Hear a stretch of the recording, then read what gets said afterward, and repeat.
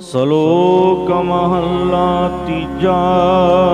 ਧੰਨ ਧੰਨ ਸਤਿਗੁਰੂ ਸ੍ਰੀ ਗੁਰੂ ਅਰਜਨ ਦੇਵ ਸਾਹਿਬ ਜੀ ਮਹਾਰਾਜ, ਜਿਨ੍ਹਾਂ ਦੇ ਚਰਨਾਂ ਵਿੱਚ ਸਿੱਖਾਂ ਨੇ ਬੇਨਤੀ ਕੀਤੀ ਕਿ ਜੋ ਭਗਤ ਫਰੀਦ ਸਾਹਿਬ ਜੀ ਦਾ ਸ਼ਲੋਕ ਹੈ, ਜਿਵੇਂ ਫਰੀਦਾ ਰਤੀ ਰਤ ਨਾ ਨਿਕਲੈ, ਜੇ ਤਨ ਚੀਰੈ ਕੋਏ, ਜੋ ਤਨ ਰਤੇ ਰੱਬ ਸਿਉ ਤਿੰਨ ਤਨ ਰਤ ਨ ਹੋਏ।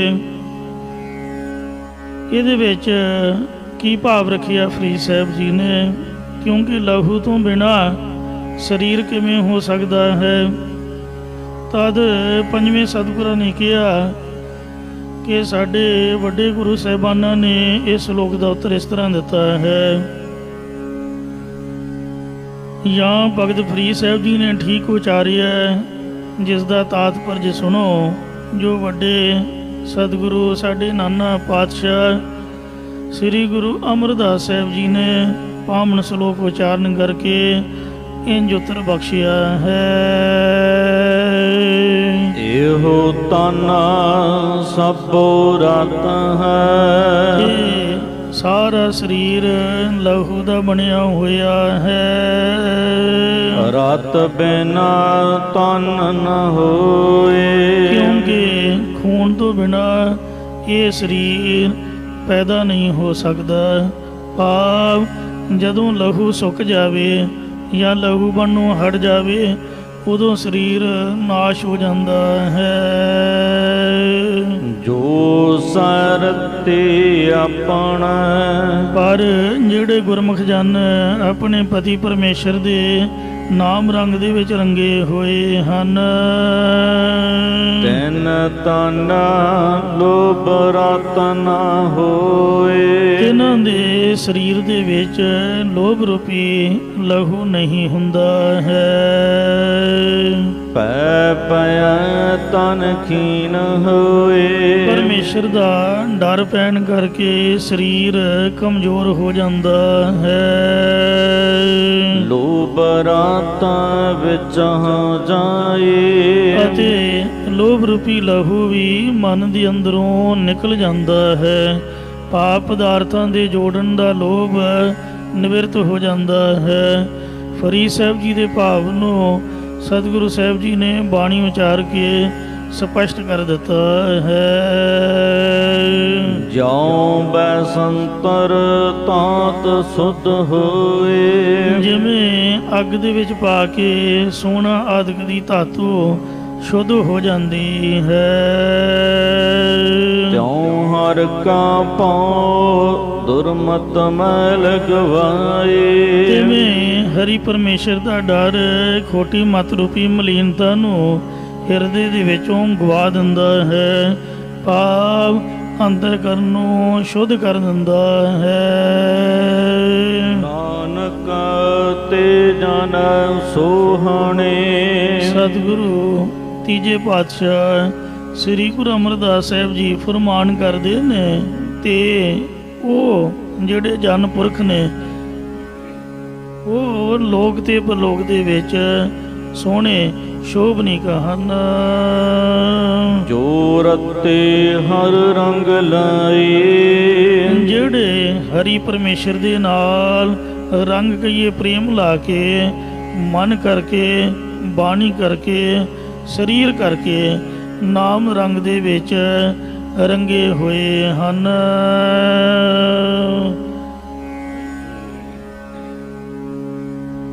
ਮਹੱਲਾ ਤੀਜਾ। ਇਹ ਜੋ ਅਗਲਾ ਪਾਵਨ ਸ਼ਲੋਕ ਹੈ, ਤੀਜੇ ਪਾਤਸ਼ਾਹ ਸ੍ਰੀ ਗੁਰੂ ਅਮਰਦਾਸ ਸਾਹਿਬ ਜੀ ਹੋਈ ਉਚਾਰਨ ਕਰ ਰਹੇ ਹਨ। ਤੀਜੇ ਪਾਤਸ਼ਾਹ ਜੀ ਦੇ ਚਰਨਾਂ ਵਿੱਚ ਕਿਸੇ ਗਵਈਏ ਨੇ ਆ ਕੇ ਰਾਮਕਲੀ ਰਾਗਣੀ ਗਾਈ। ਰਾਮਕਲੀ ਰਾਗਣੀ ਸੁਣ ਕੇ ਸਾਰੇ ਸਿੱਖ ਬਹੁਤ ਪ੍ਰਸੰਨ ਹੋਏ ਅਤੇ ਸਤਿਗੁਰਾਂ ਨੂੰ ਕਹਿਣ ਲੱਗੇ ਕਿ ਇਹਨੇ ਬਹੁਤ ਸੋਹਣੀ ਰਾਮਕਲੀ ਰਾਗਣੀ ਗਾਈ ਹੈ। ਤਾਂ ਸੁਣ ਕੇ ਸਤਿਗੁਰਾਂ ਨੇ ਪਾਵਨ ਉਪਦੇਸ਼ ਉਚਾਰਿਆ ਹੈ। ਰਾਮ ਕਲੀ ਰਾਮ ਮਨ ਵਸਿਆ। ਇਹ ਭਾਈ, ਜੇ ਰਾਮਕਲੀ ਰਾਗਣੀ ਗਾਉਣ ਵਾਲੇ ਦੇ ਮਨ ਹਿਰਦੇ ਵਿੱਚ ਰਾਮ ਪਰਮੇਸ਼ਰ ਵਸਿਆ ਹੋਵੇ ਤਾਂ ਹੀ ਇਹ ਗਾਈ ਹੋਈ ਸਫਲੀ ਹੈ। ਅਤੇ ਗਾਉਣ ਸੁਰ ਤਾਲ ਇਤਿਆਦਿਕ ਦਾ ਤਾਂ ਬਣਿਆ ਸਿੰਗਾਰ। ਇਹ ਜਿਹੜਾ ਗਾਉਣ ਵਜਾਉਣ ਦਾ, ਸੁਰ ਦਾ, ਤਾਲ ਦਾ, ਇਤਿਆਦਿਕ ਦਾ ਸ਼ਿੰਗਾਰ ਬਣਿਆ ਹੋਇਆ ਵੀ ਤਾਂ ਹੀ ਸਫਲਾ ਹੈ। ਇਸੇ ਪ੍ਰਕਾਰ ਰਾਮ ਕਲੀ ਰਾਮ ਮਨ ਵਸਿਆ। ਜਿਸ ਦੀ ਰਾਮ ਪਰਮੇਸ਼ਰ ਦੀ ਪ੍ਰਾਪਤੀ ਵਾਲੀ ਕਲੀ ਭਾਵ ਬੁੱਧੀ ਹੈ, ਭਾਵ ਜਿਵੇਂ ਬੂਟਿਆਂ ਦੇ ਵਿੱਚੋਂ ਕਲੀਆਂ ਨਿਕਲੀਆਂ ਹੁੰਦੀਆਂ ਹਨ, ਤਿਵੇਂ ਜਿਸ ਦੀ ਪਰਮੇਸ਼ਰ ਪ੍ਰਾਪਤੀ ਵਾਲੀ ਬੁੱਧੀ ਵਿੱਚੋਂ ਕਰੁਣਾ, ਮੁਦਤਾ, ਮੈਤਰੀ ਆਦਿਕ ਕਲੀਆਂ ਨਿਕਲੀਆਂ ਹੋਈਆਂ ਹਨ। ਤਾਂ ਬਣਿਆ ਸਿੰਗਾਰ। ਅਤੇ ਹਿਰਦੇ ਵਿੱਚ ਵੀ ਵਾਹਿਗੁਰੂ ਜੀ ਦਾ ਨਾਮ ਵਸਿਆ ਹੋਇਆ ਹੈ ਤਾਂ ਉਸ ਦਾ ਵੈਰਾਗ, ਵਿਵੇਕ, ਖੜ ਸਮਝੀ ਆਦਿਕ ਸਾਧਨਾ ਜਾਂ ਖਿਮਾ ਤੇ ਸ਼ਾਂਤੀ ਰੂਪ ਸ਼ਿੰਗਾਰ ਇਹ ਬਣਿਆ ਹੋਇਆ ਸਫਲਾ ਹੈ। ਗੁਰ ਕਾ ਸ਼ਬਦ ਕਮਲ ਬਿਗਸਿਆ। ਜਿਸ ਦਾ ਗੁਰੂ ਸਾਹਿਬ ਜੀ ਦੇ ਉਪਦੇਸ਼ ਦੁਆਰਾ ਹਿਰਦੇ ਰੂਪੀ ਕਮਲ ਖੇੜਾਇਆ ਹੈ, ਭਾਵ ਦੇਵੀ ਸੰਪਦਾ ਅੰਦਰੋਂ ਪ੍ਰਗਟ ਹੋਈ ਹੈ। ਤਾਂ ਸੌਂਪੇ ਭਗਤ ਭੰਡਾਰ। ਤਾਂ ਉਸ ਨੂੰ ਗੁਰੂ ਸਾਹਿਬ ਜੀ ਨੇ ਭਗਤੀ ਰੂਪ ਖਜ਼ਾਨਾ ਸੌਂਪ ਦਿੱਤਾ, ਅਰਪ ਦਿੱਤਾ ਹੈ। ਭਰ ਮੰਗਿਆ ਤਾਂ ਜਾਗਿਆ। ਜਦ ਪਰਮ ਨਿਵਰਤ ਹੋ ਗਿਆ ਤਾਂ ਇਹ ਮਨ ਗਿਆਨ ਅਵਸਥਾ ਦੇ ਵਿੱਚ ਜਾਗਿਆ। ਝੂਕਾ ਅਗਿਆਨ ਅੰਧਾਰ। ਅਤੇ ਅਗਿਆਨ ਨੂੰ ਹਨੇਰਾ ਇਹ ਵੀ ਚੁੱਕਿਆ ਗਿਆ। ਤੈਸਨ ਰੂਪ ਅਤੇ ਅਗਲਾ। ਸੋ ਉਸ ਦਾ ਜਾਂ ਉਸ ਨੂੰ ਦਿਲ ਦੀ ਸਫਾਈ ਰੂਪ ਅਤਿਅੰਤ ਬਹੁਤਾ ਹੀ ਰੂਪ ਚੜ੍ਹਿਆ ਹੋਇਆ ਹੈ, ਜਾਂ ਉਸ ਨੂੰ ਅਤੀ ਅਨਾਦ ਕਾਲ ਸਰੂਪ ਦੀ ਪ੍ਰਾਪਤੀ ਹੋ ਗਈ ਹੈ। ਜਿਸ ਹਰ ਨਾਲ ਪਿਆਰ। ਜਿਸ ਦਾ ਹਰੀ ਪਰਮੇਸ਼ਰ ਦੇ ਨਾਲ ਪਿਆਰ ਸਨੇਹ ਲੱਗਿਆ ਹੋਇਆ ਹੈ। ਸਦਾ ਰਵੈ ਫਿਰ ਆਪਣਾ। ਜਿਹੜੀ ਇਸਤਰੀ ਆਪਣਾ ਜਾਣ ਕੇ ਸਦਾ ਹਮੇਸ਼ਾ ਪਤੀ ਦੇ ਸੁੱਖ ਨੂੰ ਮਾਣਦੀ ਹੈ। ਸੁਭਵੰਤੀ ਨਾਰ। ਉਹ ਜਿਹੜੀ ਨਾਰ ਇਸਤਰੀ ਹੈ ਉਹ ਸ਼ੋਭਾ ਵਾਲੀ ਕਹਾਉਂਦੀ ਹੈ। ਇਸੇ ਪ੍ਰਕਾਰ ਸਦਾ ਰਵੈ ਫਿਰ ਆਪਣਾ। ਜੋ ਇਸਤਰੀ ਦਾ ਅਲੰਕਾਰ ਵਰਤਿਆ ਹੈ, ਅਰਥ ਤਾਂ ਮਹਾਤਮਾ ਦਾ ਹੈ। ਜੋ ਮਹਾਤਮਾ ਰੂਪ ਇਸਤਰੀ ਆਪਣਾ ਜਾਣ ਕੇ ਸਦਾ ਹੀ ਪਤੀ ਪਰਮੇਸ਼ਰ ਦੀ ਪ੍ਰਾਪਤੀ ਦੇ ਆਨੰਦ ਨੂੰ ਮਾਣਦੀ ਹੈ। ਸੁਭਵੰਤੀ ਨਾਰ। ਔਰ ਉਹ ਮਹਾਤਮਾ ਰੂਪ ਇਸਤਰੀ ਭਗਤੀ ਰੂਪ ਸ਼ੋਭਾ ਵਾਲੀ ਕਹਾਉਂਦੀ ਹੈ। ਮਨ ਮੁਖ ਸਿੰਗਾਰ ਨਾ ਜਾਣਨੀ। ਮਨ ਦੇ ਪਿੱਛੇ ਲੱਗਣ ਵਾਲੀਆਂ ਜੀਵ ਰੂਪ ਇਸਤਰੀਆਂ ਪਤੀ ਪਰਮੇਸ਼ਰ ਦੀ ਪ੍ਰਾਪਤੀ ਵਾਲੇ ਵੈਰਾਗ, ਵਿਵੇਕ ਰੂਪ ਸਾਧਨਾ ਦਾ ਸ਼ਿੰਗਾਰ ਕਰਨਾ ਨਾ ਜਾਣਨੀ। ਪਹਿਲਾਂ ਨਹਾਣਾ ਹੈ ਫਿਰ ਨੰਨਾ ਹੈ, ਜਾਣਨੀ ਪਾਠ ਹੋਵੇਗਾ। ਸੋ ਸਾਧਨਾ ਰੂਪੀ ਸ਼ਿੰਗਾਰ ਕਰਨਾ ਨਹੀਂ ਜਾਣਦੀਆਂ। ਜਾਸਨ ਜਨਮ ਸਭ ਹਾਰ। ਇਸ ਲਈ ਉਹ ਸਭ ਆਪਣੇ ਮਨੁੱਖਾ ਜਨਮ ਨੂੰ ਵਿਸ਼ੇ ਰੂਪ ਜੂਏ ਦੇ ਵਿੱਚ ਹਾਰ ਕੇ ਦੁਨੀਆ ਤੋਂ ਜਾਸਨ ਜਾਣਗੀਆਂ। ਬਿਨ ਹਰ ਭਗਤੀ ਸਿੰਗਾਰ ਕਰਹਿ। ਜੋ ਹਰੀ ਪਰਮੇਸ਼ਰ ਦੀ ਭਗਤੀ ਤੋਂ ਬਿਨਾਂ ਜਗ, ਪੂਜਾ, ਤਰਾਟਕ ਸਾਧਨੇ ਆਦਿਕ ਸਾਧਨਾਂ ਦੇ ਸ਼ਿੰਗਾਰ ਕਰਦੀਆਂ ਹਨ। ਨਿਤ ਜੰਮਹ ਹੋਏ ਖੁਆਰ, ਉਹ ਨਿਤ ਹਮੇਸ਼ਾ ਵਾਸ਼ਨਾ ਕਰਕੇ ਜੰਮਦੀਆਂ ਰਹਿੰਦੀਆਂ ਨੇ ਅਤੇ ਵਿਸ਼ਿਆਂ ਦੀ ਕੁਸੰਗਤ ਕਰਕੇ ਨਰਕਾਂ ਦੇ ਵਿੱਚ ਖਰਾਬ ਹੁੰਦੀਆਂ ਹਨ। ਸੰਸਾਰੈ ਵਿੱਚ ਸੋਭਨ ਪਾਏ ਨੀ, ਉਹ ਇਸ ਜਗਤ ਦੇ ਅੰਦਰ ਸ਼ੋਭਾ ਨਹੀਂ ਪਾਉਂਦੀਆਂ। ਅੱਗੇ ਜੇ ਕਰੇ ਸੋ ਜਾਣੈ ਕਰਤਾਰ, ਅੱਗੇ ਪਰਲੋਕ ਦੇ ਵਿੱਚ ਜੋ ਪਰਮੇਸ਼ਰ ਕਰਮਾਂ ਅਨੁਸਾਰ ਫਲ ਦੇਣਾ ਕਰਦਾ ਹੈ, ਉਹ ਕਰਤਾਰ ਪਰਮੇਸ਼ਰ ਆਪ ਹੀ ਜਾਣਦਾ ਹੈ। ਇਸੇ ਪ੍ਰਕਾਰ ਅੱਗੇ ਜੇ ਕਰੇ ਸੋ ਜਾਣੈ ਕਰਤਾਰ, ਅੱਗੇ ਜੋ ਪਰਮੇਸ਼ਰ ਨੇ ਕਰਮ ਅਨੁਸਾਰ ਫਲ ਦੇਣਾ ਹੈ, ਜਿਹੜਾ ਆਪ ਕਰਦਾ ਹੈ, ਜਾਂ ਤਾਂ ਉਹ ਜਾਣਦਾ ਹੈ ਜਾਂ ਪਰਮੇਸ਼ਰ ਜਾਣਦਾ ਹੈ। ਚੰਗਾ ਮੰਦਾ ਨਾਨਕ ਸੱਚਾ ਏਕ ਹੈ। ਸਤਿਗੁਰੂ ਤੀਸਰੇ ਪਾਤਸ਼ਾਹ ਸ੍ਰੀ ਗੁਰੂ ਅਮਰਦਾਸ ਸਾਹਿਬ ਜੀ ਫਰਮਾਨ ਕਰਦੇ ਨੇ ਕਿ ਇੱਕ ਅਕਾਲ ਪੁਰਖ ਹੀ ਸੱਚਾ ਹੈ। ਦੋਹ ਵਿੱਚ ਹੈ ਸੰਸਾਰ, ਬਾਕੀ ਸਭ ਸੰਸਾਰ ਦਵੈਤ ਦੇ ਅੰਦਰ ਹੈ, ਜਾਂ ਰਾਗ ਦਵੈਖ, ਮਿੱਤਰ ਸ਼ਤਰੂ, ਬੁਰਾ ਭਲਾ ਸੁਭਾਅ, ਜੀਵ ਈਸ਼ ਦਾ ਭੇਦ ਇਤਿਆਦਿਕ ਇਹਨਾਂ ਦੋਨਾਂ ਦੇ ਵਿੱਚ ਹੀ ਸੰਸਾਰ ਪਿਆ ਹੋਇਆ ਹੈ। ਜਿਹੜਾ ਤਾਂ ਸਾਡੇ ਨਾਲ ਮਿਲ ਗਿਆ ਉਹਦੇ ਨਾਲ ਅਸੀਂ ਮੋਹ ਕਰਦੇ ਨਹੀਂ ਥੱਕਦੇ, ਉਹਦੇ ਘਰ ਤੱਕ ਪਹੁੰਚ ਜਾਣਾ, ਹਰ ਰੋਜ਼ ਉਹਦੀ ਪੈੜ ਨੱਪਣੀ। ਜਿਹੜਾ ਸਾਡੇ ਨਾਲ ਨਹੀਂ ਮਿਲ ਪਾਇਆ, ਸੁਭਾਅ ਨਹੀਂ ਮਿਲਿਆ, ਉਹਦੇ ਪਿੱਛੇ ਹੱਥ ਧੋ ਕੇ ਵੈਰ ਪਾਈ ਰੱਖਣਾ। ਇਸੇ ਤਰ੍ਹਾਂ ਕੋਈ ਮਿੱਤਰ ਹੈ, ਕੋਈ ਸਾਡਾ ਦੁਸ਼ਮਣ ਹੈ, ਕਿਸੇ ਨੂੰ ਅਸੀਂ ਬੁਰਾ ਸਮਝਦੇ ਹਾਂ, ਕਿਸੇ ਨੂੰ ਸਾਡੀਆਂ ਨਿਗਾਹਾਂ ਦੇ ਵਿੱਚ ਸੋ ਆਪਾਂ ਚੰਗਾ ਜਾਣਦੇ ਹਾਂ। ਇਸੇ ਤਰ੍ਹਾਂ ਇਹ ਜੀਵ, ਅਸੀਂ ਸੰਸਾਰੀ ਲੋਕ ਤੇ ਈਸ਼, ਦੇਵੀ ਦੇਵਤੇ ਇਤਿਆਦਿਕ ਇਹਨਾਂ ਦੋਨਾਂ ਦੇ ਵਿੱਚ ਸੰਸਾਰ ਪਿਆ ਹੋਇਆ ਹੈ। ਚੰਗਾ ਮੰਦਾ ਆਪ ਲਾਇਆ ਨਾ, ਪਰ ਜਿਹੜਾ ਦਵੈਤ ਨੂੰ ਮੇਟਦਾ ਹੈ, ਹਰ ਇੱਕ ਸੱਚੇ ਨੂੰ ਜਾਣਦਾ, ਉਹੀ ਗੁਰਮੁਖ ਹੈ। ਹਰਖ ਸੋਗ ਤੇ ਰਹਿ ਨਿਆਰੋ, ਨਾਹੀ ਮਾਨ ਅਪਮਾਨਾ। ਪਰਮੇਸ਼ਰ ਨੇ ਆਪ ਜੀ ਇਹ ਨਿਸ਼ਕਾਮ ਕਰਮਾਂ ਵਾਲਿਆਂ ਨੂੰ ਸ੍ਰੇਸ਼ਟ ਕੰਮਾਂ ਵਿੱਚ, ਆਪ ਹੀ ਨਿਸ਼ਕਾਮ ਕਰਮਾਂ ਵਾਲਿਆਂ ਨੂੰ ਸ੍ਰੇਸ਼ਟ ਕੰਮਾਂ ਦੇ ਵਿੱਚ ਅਤੇ ਤਮੋ ਗੁਣ ਸੁਭਾਅ ਵਾਲਿਆਂ ਨੂੰ ਜਾਂ ਸਕਾਮੀ ਪੁਰਖਾਂ ਨੂੰ ਉਹਨਾਂ ਦੇ ਕਰਮਾਂ ਦੇ ਅਨੁਸਾਰ ਫਲ ਦੇਣ ਵਾਸਤੇ ਨੀਚ ਕਰਮਾਂ ਦੇ ਵਿੱਚ ਆਪ ਹੀ ਲਾਇਆ ਹੋਇਆ ਹੈ। ਸੋ ਕਰਨ ਜੇ ਆਪ ਕਰਾਏ ਕਰਤਾਰ, ਇਹ ਜਿਹੜੇ ਜੀਵ ਨੇ ਇਸ ਲਈ ਉਹੀ ਕੰਮ ਕਰਨਗੇ ਜਿਹੜਾ ਪਰਮੇਸ਼ਰ ਆਪ ਕਰਾਏਗਾ। ਤੋ ਇਹ ਸਮਝਣਾ ਜ਼ਰੂਰੀ ਹੈ ਕਿ ਕੋਈ ਚੰਗਾ ਨਹੀਂ ਹੈ, ਕੋਈ ਮੰਦਾ ਨਹੀਂ ਹੈ, ਇਹ ਸਾਡੀ ਨਿਗਾਹ ਫਟੀ ਹੋਈ ਹੈ। ਸੋ ਗੁਰੂ ਸਾਹਿਬ ਕਹਿੰਦੇ ਨੇ ਕਿ ਜੀਵ ਜਿਸ ਤਰ੍ਹਾਂ ਪਰਮਾਤਮਾ ਆਪ ਕਰਮ ਕਰਾਉਂਦਾ, ਉਹੀ ਕੰਮ ਚੰਗੇ ਜਾਂ ਮੰਦੇ ਉਹ ਕਰਦੇ ਹਨ। ਮਹੱਲਾ ਤੀਜਾ।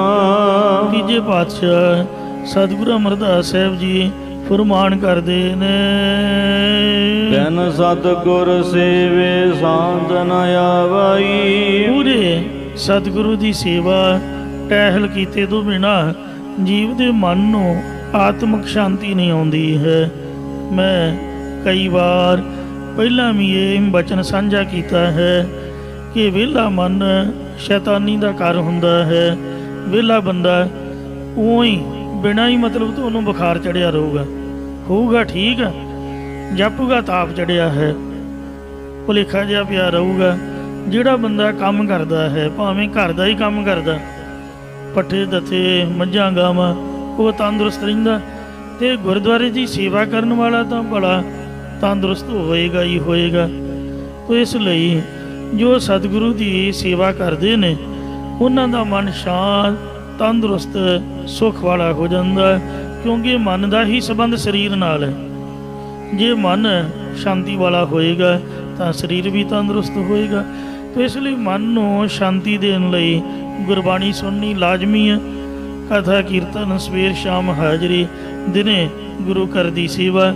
ਸੋ ਇੰਜ ਬਿਨ ਸਤਿਗੁਰ ਸੇਵੇ ਬਹੁਤਾ ਦੁੱਖ ਲਾਗਾ, ਜੁਗ ਚਾਰੇ ਭਰਮਾਈ। ਤੇ ਹਮ ਦੀਨ ਤੁਮ ਜੁਗ ਜੁਗ ਜਾਤ ਦਾਤੇ, ਸਬਦੇ ਦੇਹੋ ਬਜਾਏ। हे ਵਾਹਿਗੁਰੂ, हे ਗੁਰੂ ਸਾਹਿਬ, ਸਤਿਗੁਰੂ ਦੀ ਸੇਵਾ ਟਹਿਲ ਕੀਤੇ ਤੋਂ ਬਿਨਾਂ ਸਾਨੂੰ ਬਹੁਤਾ ਦੁੱਖ ਲੱਗ ਗਿਆ ਹੈ। ਅਸੀਂ ਆਪਦੇ ਕਿਰਤ ਕਰਮ ਕੇ ਵਿਛੜੇ, ਕੀਤੇ ਕਰਮਾਂ ਕਰਕੇ ਤੁਹਾਤੋਂ ਵਿਛੜ ਗਏ ਹਾਂ। ਕਰ ਕਿਰਪਾ ਮਿਲੋ ਰਾਮ।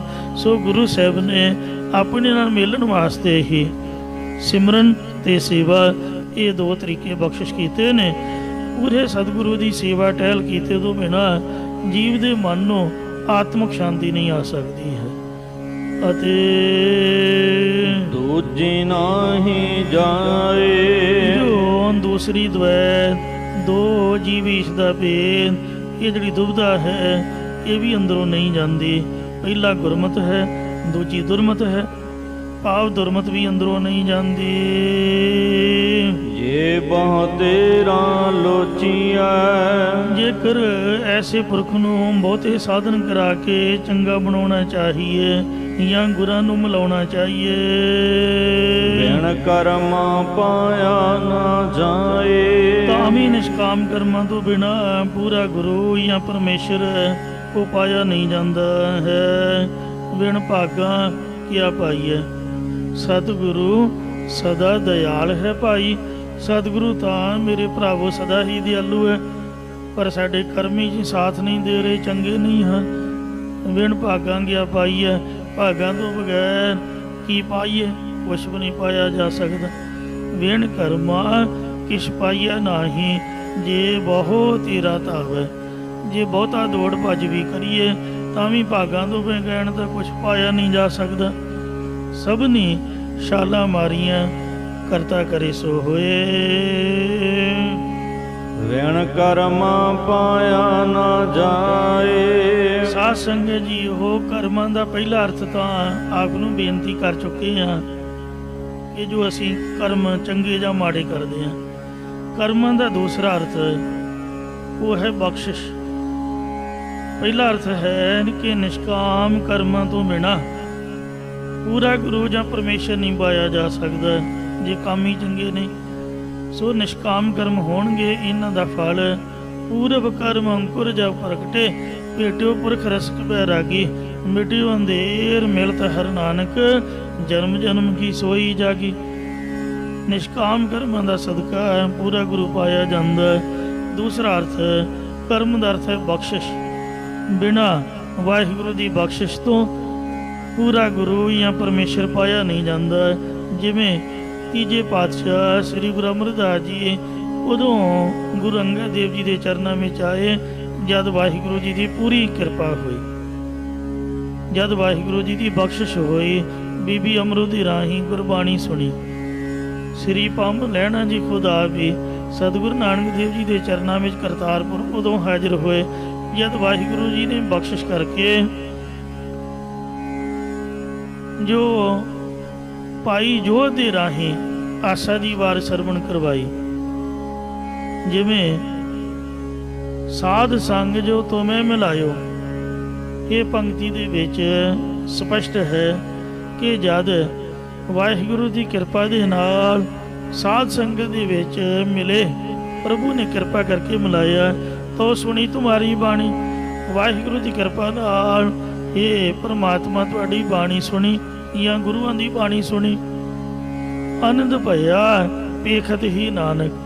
ਵਾਹਿਗੁਰੂ ਦੀ ਕਿਰਪਾ ਦੇ ਨਾਲ ਹੀ ਸ੍ਰੀ ਗੁਰੂ ਨਾਨਕ ਦੇਵ ਜੀ ਮਹਾਰਾਜ ਦੇ ਦਰਸ਼ਨ ਕਰਕੇ ਆਨੰਦ ਮਨ ਬਾਗੋ ਬਾਗ ਹੋ ਗਿਆ। ਪ੍ਰਤਾਪ ਪੁਰਖ ਨਿਰਬਾਣੀ, ਜੋ ਤੇਜ ਪ੍ਰਤਾਪੀ ਨਿਰਵਾਣ ਨਿਰਬੰਧ ਪਦਵੀ ਦੇ ਦੇਣ ਵਾਲੇ ਅਕਾਲ ਪੁਰਖ ਦਾ ਸਰਗੁਣ ਸਰੂਪ ਸ੍ਰੀ ਗੁਰੂ ਨਾਨਕ ਦੇਵ ਮਹਾਰਾਜ ਜੀ ਹਨ। ਸੋ ਕਿਰਪਾ ਕਰੇ ਜਿਸ ਪਾਰ ਬ੍ਰਹਮ ਹੋਵੇ ਸਾਧੂ ਸੰਗ। ਵਾਹਿਗੁਰੂ ਦੀ ਕਿਰਪਾ ਦੀ ਕੀ ਨਿਸ਼ਾਨੀ ਹੈ ਕਿ ਸਾਧੂਆਂ ਦੀ ਸੰਗਤ ਮਿਲਦੀ ਹੈ, ਬਾਣੀ ਸਰਵਣ ਕਰਾਉਣ ਵਾਲਿਆਂ ਗੁਰਮੁਖਾਂ ਦੇ ਦਰਸ਼ਨ ਹੁੰਦੇ ਨੇ। ਜਿਵੇਂ ਭਾਈ ਪ੍ਰਾਣਾ ਜੀ ਦੇ ਪਾਸੋਂ ਇੱਕ ਸ਼ਾਹੂਕਾਰ ਨੇ ਸ੍ਰੀ ਸੁਖਮਨੀ ਸਾਹਿਬ ਜੀ ਦਾ ਪਾਠ ਸੁਣਿਆ ਤੇ ਉਹ ਇੱਕੋ ਹੀ ਪਾਠ ਸੁਣ ਕੇ ਮੁਕਤ ਹੋ ਗਿਆ ਸੀ। ਇਸੇ ਤਰ੍ਹਾਂ ਭਾਈ ਪ੍ਰਾਣਾ ਜੀ ਦੀ ਪਾਵਨ ਰਸਨਾ ਤੋਂ ਵੇਖੋ ਬਾਣੀ ਸੁਣੀ, ਉਹਨਾਂ ਦਾ ਹੁਕਮ ਸੁਣਿਆ, ਉਹਨਾਂ ਦੇ ਬਚਨ ਸੁਣੇ ਔਰ ਉਹਨਾਂ ਦੇ ਦਰਸ਼ਨ ਕੀਤੇ। ਕਿੰਨੇ? ਭਾਈ ਲੱਖੂ ਜੀ ਜਿਹੜਾ ਧਾੜਵੀ ਸੀਗਾ, ਉਹਦਾ ਜੀਵਨ ਪਲਟ ਗਿਆ। ਇੰਜ ਜਿਹਦੇ ਤੇ ਵਾਹਿਗੁਰੂ ਨੇ ਕਿਰਪਾ ਕਰਨੀ ਹੋਵੇ ਪਹਿਲਾਂ ਆਪਦੇ ਗੁਰਮੁਖਾਂ ਨੂੰ ਮਿਲਾਉਂਦਾ ਹੈ, ਸਾਧ ਸੰਗਤ ਦਾ ਮਿਲਾਪ ਕਰਾਉਂਦਾ ਹੈ ਤੇ ਸੰਗਤ ਦੇ ਵਿੱਚੋਂ ਬਾਣੀ ਸਰਵਣ ਕਰਨ ਨੂੰ ਮਿਲਦੀ ਹੈ। ਸਾਧ ਸੰਗ ਜੋ ਤੁਮੇ ਮਿਲਾਇਓ ਤੋ ਸੁਣੀ ਤੁਮਾਰੀ ਬਾਣੀ, ਫਿਰ ਆਨੰਦ ਭਇਆ ਪੇਖਤ ਹੀ ਨਾਨਕ ਪ੍ਰਤਾਪ ਪੁਰਖ ਨਿਰਬਾਣੀ। ਇਹ ਵਾਹਿਗੁਰੂ ਜੀ ਦੀ ਕਿਰਪਾ ਦੀ ਨਿਸ਼ਾਨੀ ਹੈ। ਵਿਣ ਕਰਮਾ, ਬਿਨਾਂ ਵਾਹਿਗੁਰੂ ਦੀ ਕਿਰਪਾ ਤੋਂ ਪਾਇਆ ਨਾ ਜਾਏ। ਨਾ ਤਾਂ ਗੁਰੂ ਪਾਇਆ ਜਾਂਦਾ, ਨਾ ਪਰਮੇਸ਼ਰ ਪਾਇਆ ਜਾਂਦਾ, ਨਾ ਨਾਮ ਪਾਇਆ ਜਾਂਦਾ, ਨਾ ਖੰਡੇ ਬਾਟੀ ਦਾ ਅੰਮ੍ਰਿਤ ਪਾਇਆ ਜਾਂਦਾ। ਮਤਲਬ ਕੱਖ ਵੀ ਪੱਲੇ ਨਹੀਂ ਪੈਂਦਾ, ਕੁਛ ਵੀ ਪ੍ਰਾਪਤ ਨਹੀਂ ਹੁੰਦਾ ਹੈ। ਇਸ ਲਈ ਕਿਰਪਾ ਹਾਸਲ ਕਰਨ ਲਈ ਗੁਰੂ ਚਰਨਾਂ ਦੇ ਵਿੱਚ ਅਰਦਾਸ ਕਰਨੀ ਜ਼ਰੂਰੀ ਹੈ। ਅੰਤਰ ਲੋਭਾ ਵਿਕਾਰ ਹੈ, ਜਿਨ੍ਹਾਂ ਦੇ ਹਿਰਦੇ ਅੰਦਰ ਪਦਾਰਥਾਂ ਦੇ ਜੋੜਨ ਦਾ ਲੋਭ ਲਾਲਚ ਹੈ ਅਤੇ ਵਿਕਾਰ ਭੋਗਣ ਦੀ ਇੱਛਾ ਹੈ। ਦੂਜੈ ਭਏ ਖਵਾਏ, ਉਹ ਦਵੈਤ ਭਾਅ ਦੇ ਵਿੱਚ ਚੁੱਕਿਆ ਨਹੀਂ ਜਾਂਦਾ ਹੈ। ਮੈਂ ਵਿੱਚ ਦੁੱਖ ਪਾਏ, ਕਿਉਂਕਿ ਉਹ ਦੇਹ ਦੀ ਹੰਗਤਾ ਵਿੱਚ ਹੋਣ ਕਰਕੇ ਜੰਮਣ ਅਤੇ ਮਰਨ ਦਾ ਦੁੱਖ ਪਾਉਂਦੇ ਹਨ। ਜਿਨਨੇ ਸਤਿਗੁਰ ਸੋ ਚਿਤ ਲਾਇਆ, ਜਿਨ੍ਹਾਂ ਨੇ ਸਤਿਗੁਰੂ ਸਾਹਿਬ ਜੀ ਦੇ ਨਾਲ ਆਪਦੇ ਚਿੱਤ ਦੀ ਬਿਰਤੀ ਨੂੰ ਲਾ ਲਿਆ ਹੈ। ਖਾਲੀ ਕੋਈ ਨਾਹੇ, ਉਹ ਕੋਈ ਵੀ ਸਤਿਗੁਰਾਂ ਦੇ ਦਰ ਤੋਂ ਖਾਲੀ ਸਕਣਾ ਨਹੀਂ ਜਾਂਦਾ। ਆਪ ਸਭਨਾਂ ਨੂੰ ਧਰਮ ਅਰਥ ਕਾਮ ਮੋਖ ਆਦਿਕ ਇਹਨਾਂ ਪਦਾਰਥਾਂ ਦੀ ਪ੍ਰਾਪਤੀ ਹੋ ਜਾਂਦੀ ਹੈ। ਤੈਨ ਜਮ ਕੀ ਤਲਬ ਨਾ ਹੋਵਾਈ, ਤਲਬ ਦਾ ਅਰਥ ਸਾਧ ਸੰਗਤ ਜੀਓ ਸਦਨਾ ਹੈ। ਇੱਕ ਹੁੰਦਾ ਪਿਆਰ ਦੇ ਨਾਲ ਸਦਨਾ, ਸਤਿਕਾਰ ਦੇ ਨਾਲ। ਇੱਕ ਹੁੰਦਾ ਹੈ ਸਖਤੀ ਦੇ ਨਾਲ, ਜਿਵੇਂ ਪੁਲਿਸਮੈਨ ਸੋ ਜਿਹੜੇ ਗੁਨਾਹਗਾਰ ਨੇ ਉਹਨਾਂ ਨੂੰ ਪਕੜਨ ਆਉਂਦੇ ਨੇ, ਸੁਨੇਹਾ ਲੈ ਕੇ ਆਉਂਦੇ ਨੇ ਕਿ ਤੁਹਾਨੂੰ ਥਾਣੇ ਸੱਦਿਆ, ਉਹ ਸਖਤੀ ਨਾਲ ਸੱਦਣਾ ਹੈ। ਤੋ ਇੰਜ ਤਿੰਨਾਂ ਨੂੰ ਯਮਾਂ ਦੀ ਪੂਰੀ ਧਰਮਰਾਜ ਦੀ ਕਚਹਿਰੀ ਵਿੱਚੋਂ ਯਮ ਕਿਸੇ ਪ੍ਰਕਾਰ ਵੀ ਸਖਤੀ ਨਾਲ ਸੱਦਣ ਵਾਸਤੇ ਨਹੀਂ ਆਉਣਗੇ। ਨਾ ਹੋਏ ਦੁੱਖ ਸਹਾਏ, ਅਤੇ ਨਾ ਹੀ ਉਹ ਨਰਕਾਂ ਦਾ ਦੁੱਖ ਸਹਾਰਨਗੇ। ਨਾਨਕ ਗੁਰਮੁਖ ਉਬਾਰੇ, ਸਤਿਗੁਰੂ ਸ੍ਰੀ ਗੁਰੂ ਅਮਰਦਾਸ ਸਾਹਿਬ ਜੀ ਫਰਮਾਨ ਕਰਦੇ ਨੇ ਕਿ ਉਹ ਗੁਰਮੁਖ ਜਨ ਸੰਸਾਰ ਸਮੁੰਦਰ ਤੋਂ ਬਚ ਗਏ ਹਨ। ਸੱਚਾ ਸ਼ਬਦ ਸਮਾਹੇ, ਜੋ ਸੱਚੇ ਗੁਰਾਂ ਦੇ ਉਪਦੇਸ਼ ਦੁਆਰਾ ਪਰਮੇਸ਼ਰ ਦੇ ਸਰੂਪ ਦੇ ਵਿੱਚ ਲੀਨ ਹੋ ਗਏ, ਸਮਾ ਗਏ ਹਨ, ਜਾਂ ਜਿਨ੍ਹਾਂ ਨੂੰ ਸੱਚੇ ਸ਼ਬਦ ਦੀ ਕਮਾਈ ਕਰਕੇ ਸਮਾਹੜਾ ਆਨੰਦ ਪ੍ਰਾਪਤ ਹੋਇਆ ਹੈ। ਪੌੜੀ, ਇਹ ਤੀਜੇ ਪਾਤਸ਼ਾਹ ਸਤਿਗੁਰੂ ਅਮਰਦਾਸ ਸਾਹਿਬ ਜੀ ਮਹਾਰਾਜ ਉਚਾਰਨ ਕਰ ਰਹੇ ਹਨ। ਆਪ ਅਲਿਪਤ ਸਦਾ ਰਹੈ, ਪਰਮੇਸ਼ਰ ਆਪ ਜੀਆਂ ਵਿੱਚ ਵਸਦਾ ਹੋਇਆ ਵੀ ਉਹਨਾਂ ਦੇ ਪਾਪ ਪੁੰਨ ਕੀਤੇ ਹੋਏ ਕਰਮਾਂ ਤੋਂ, ਰਾਗ ਦਵੈਕ ਸ਼ਤਰੂ ਮਿੱਤਰਤਾ ਆਦਿ ਔਗਣਾਂ ਤੋਂ ਜੀਵਾਂ ਵਾਲੇ ਕਰਤੱਬਾਂ ਤੋਂ ਹਮੇਸ਼ਾ ਹੀ ਨਿਰਲੇਪ ਰਹਿੰਦਾ ਹੈ। ਸਾਹੋਰ ਧੰਦਾ ਸਭ ਤਾਵ ਹੈ। ਜਿਵੇਂ ਸੂਰਜ ਆਕਾਸ਼ ਦੇ ਵਿੱਚ ਤੇ ਜਿਹੜਾ ਪਾਣੀ ਗੰਦਾ ਹੁੰਦਾ ਉਹਦੇ 'ਚ ਗੰਦਾ ਪ੍ਰਤੀਬਿੰਬ ਦਿਖਦਾ, ਜਿਹੜਾ ਚੰਗਾ ਹੁੰਦਾ ਉਹਦੇ ਵਿੱਚ ਸਵੱਛ ਦਿਖਦਾ ਹੈ। ਤੋ ਚੰਗੇ ਮੰਦੇ ਜੀਵ ਆਪ ਨੇ, ਜਿਵੇਂ ਪਾਣੀ ਮੈਲਾ ਹੈ ਤੇ ਚੰਗਾ ਹੈ, ਸੂਰਜ ਨੂੰ ਤਾਂ ਕੋਈ ਮੈਲ ਨਹੀਂ ਹੈ। ਤੋ ਇੰਜ ਹਮੇਸ਼ਾ ਹੀ ਵਾਹਿਗੁਰੂ ਜੀਵਾਂ ਤੋਂ ਨਿਰਲੇਪ ਰਹਿੰਦਾ, ਵਸਦਾ ਹੋਇਆ ਵੀ ਉਹਨਾਂ ਦੀ ਮੈਲ ਤੋਂ ਰਹਿਤ ਹੈ। ਸਾਰੇ ਜੀਵ ਸੰਸਾਰਕ ਧੰਦਿਆਂ ਦੇ ਵਿੱਚ ਦੌੜਦੇ ਰਹਿੰਦੇ, ਭੱਜਦੇ ਰਹਿੰਦੇ। ਹੋਰ ਸੁਭਾਅ ਵਾਲੀ ਸ੍ਰਿਸ਼ਟੀ ਵਾਸ਼ਨਾ ਕਰਕੇ ਰਾਜਸੀ, ਤਾਮਸੀ, ਸਾਂਤਕੀ ਇਹਨਾਂ ਧੰਦਿਆਂ ਦੇ ਵਿੱਚ ਦੌੜਦੀ ਰਹਿੰਦੀ ਹੈ। ਆਪਨੇ ਚਲਿਆ ਚੱਲ ਹੈ। ਜਿਹੜਾ ਵਾਹਿਗੁਰੂ ਹੈ ਭਾਵੇਂ ਜੀਵਾਂ ਦੇ ਅੰਦਰ ਵਸਦਾ ਹੈ ਪਰ ਉਹ ਨਹੀਂ ਦੌੜਦਾ, ਉਹ ਤਾਂ ਆਪ ਅਚਲ ਸਰੂਪ ਹੈ ਅਤੇ ਉਸ ਦਾ ਸਰੂਪ ਹੀ ਅਚਲ ਹੈ, ਜਾਂ ਆਪ ਪਰਬਤ ਵਾਂਗ ਅਚਲ ਹੈ। ਹੋਰਿਆ ਵਹ ਜਾਵਹ ਹੋਰ ਸਾਰੇ ਜੀਵ ਜਨਮ ਧਾਰ ਕੇ ਆਉਂਦੇ ਅਤੇ ਮਰ ਕੇ ਚਲੇ ਜਾਂਦੇ ਹਨ। ਸਦਾ ਸਦਾ ਹਰ ਧਿਆਈਐ। ਜੋ ਗੁਰਾਂ ਦੁਆਰਾ ਸਦਾ ਸਦਾ ਹਰੀ ਪਰਮੇਸ਼ਰ ਦੇ ਨਾਮ ਨੂੰ ਆਰਾਧਨਾ ਕਰਦੇ, ਧਿਆਉਣਾ ਕਰਦੇ ਹਨ। ਸੋ ਗੁਰਮੁਖ ਸੁਖ ਪਾਵਹਿ। ਸੋ ਅੱਖਰ ਵਿੱਚ ਨਹੀਂ ਹੈ ਸਦਾ ਸਦਾ ਹਰ ਧਿਆਈਐ, ਗੁਰਮੁਖ ਸੁਖ ਪਾਵੈ। ਉਹ ਗੁਰਾਂ ਦੁਆਰਾ ਹਮੇਸ਼ਾ ਹਮੇਸ਼ਾ ਪਰਮੇਸ਼ਰ ਦੇ ਨਾਮ ਨੂੰ ਧਿਆਉਂਦੇ ਨੇ, ਆਰਾਧਦੇ ਨੇ। ਫਿਰ ਉਹੀ ਗੁਰਮੁਖ ਜਨ ਆਤਮਿਕ ਸੁਖ, ਆਤਮਿਕ ਆਨੰਦ ਨੂੰ ਪ੍ਰਾਪਤ ਕਰਦੇ ਹਨ। ਨਿਜ ਕਰ ਵਾਸਾ ਪਾਈਐ। ਹਰ ਗੁਰਾਂ ਦੁਆਰਾ ਪਰਮੇਸ਼ਰ ਨੂੰ ਚੇਤੇ ਕਰਕੇ ਨਿਜ ਆਪਣੇ ਸਰੂਪ ਰੂਪੀ ਘਰ ਵਿੱਚ, ਤੁਰਿਆ ਪਦ ਰੂਪੀ ਘਰ ਦੇ ਵਿੱਚ ਨਿਵਾਸ ਪਾਉਣਾ ਕਰੀਦਾ ਹੈ। ਸਾਚਾ ਸਿਫਤ ਸਮਾਵਹਿ। ਹਰ ਸੱਚੇ ਪਰਮੇਸ਼ਰ ਦੀ ਸਿਫਤ ਕਰਕੇ ਉਸ ਦੇ ਸਰੂਪ ਦੇ ਵਿੱਚ ਸਮਾਉਣਾ ਕਰੀਦਾ ਹੈ। ਸੱਚਾ ਗੈਰ ਗੰਭੀਰ ਹੈ। ਜੋ ਸੱਚਾ ਪਰਮੇਸ਼ਰ ਗਹਿਰ ਡੂੰਘਾ ਅਤੇ ਗੰਭੀਰ ਨਿਰਹਲ ਹੈ, ਜਾਂ ਗਹਿਰ ਨਿਰਹਲ ਅਤੇ ਗੰਭੀਰਤਾ ਵਾਲਾ ਹੈ। ਗੁਰ ਸ਼ਬਦ ਬੁਝਾਈ। ਉਸ ਦੀ ਗੁਰੂ ਉਪਦੇਸ਼ ਦੁਆਰਾ ਸਮਝ ਆਉਂਦੀ ਹੈ, ਜਾਂ ਗੁਰੂ ਸਾਹਿਬ ਜੀ ਨੇ ਸ਼ਬਦ ਦੁਆਰਾ ਸਿੱਖਿਆ ਸਮਝਾਈ ਹੈ। ਵਾਹ ਵਾਹ ਸੱਚੇ ਪਾਤਸ਼ਾਹ। ਇਹ ਪੰਕਤੀ ਸ੍ਰੀ ਗੁਰੂ ਹਰਗੋਬਿੰਦ ਸਾਹਿਬ ਜੀ ਦੇ ਹੁਕਮ ਦੁਆਰਾ ਪੜ੍ਹੀ ਜਾ ਰਹੀ ਹੈ। ਇਹ ਸੱਚੇ ਪਾਤਸ਼ਾਹ, ਤੂੰ ਆਸ਼ਚਰਜ ਸਰੂਪ ਹੈ ਤੇ ਵਿਸਮਾਦ ਸਰੂਪ ਹੈ। ਤੂੰ ਸੱਚੀ ਨਾਈ। ਪਰ ਤੂੰ ਆਪ ਹੀ ਸੱਚੀ ਮਹਿਮਾ ਵਾਲਾ ਹੈ, ਤੂੰ ਸੱਚੀ ਆਵਾਜ਼ ਵਾਲਾ ਹੈ। ਤੇਰੀ ਆਵਾਜ਼ ਵੀ ਸੱਚੀ ਹੈ, ਤੇਰੀ ਮਹਿਮਾ ਵੀ ਸੱਚੀ ਹੈ। ਸ਼ਲੋਕ ਮਹਲਾ ਤੀਜਾ। ਤੀਜੇ ਪਾਤਸ਼ਾਹ ਧੰਨ ਸਤਿਗੁਰੂ ਅਮਰਦਾਸ ਸਾਹਿਬ ਜੀ ਇਹ ਪਾਵਨ ਨਾਮਾ ਸ਼ਲੋਕ ਉਚਾਰਨ ਕਰ ਰਹੇ ਹਨ। ਸੱਚਾ ਨਾਮ ਧਿਆਏ ਤੂੰ।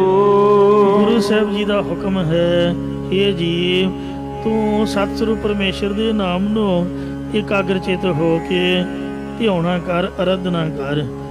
ਆਰਾਧਨਾ ਆਰਾਧਨਿਕਾ ਹਰ ਹਰ ਨਾਮ ਆਰਾਧਨਾ। ਆਰਾਧਨਾ ਦੇ ਵਿੱਚੋਂ ਹਰੀ ਦੇ ਨਾਮ ਦੀ ਆਰਾਧਨਾ ਚੰਗੀ ਹੈ।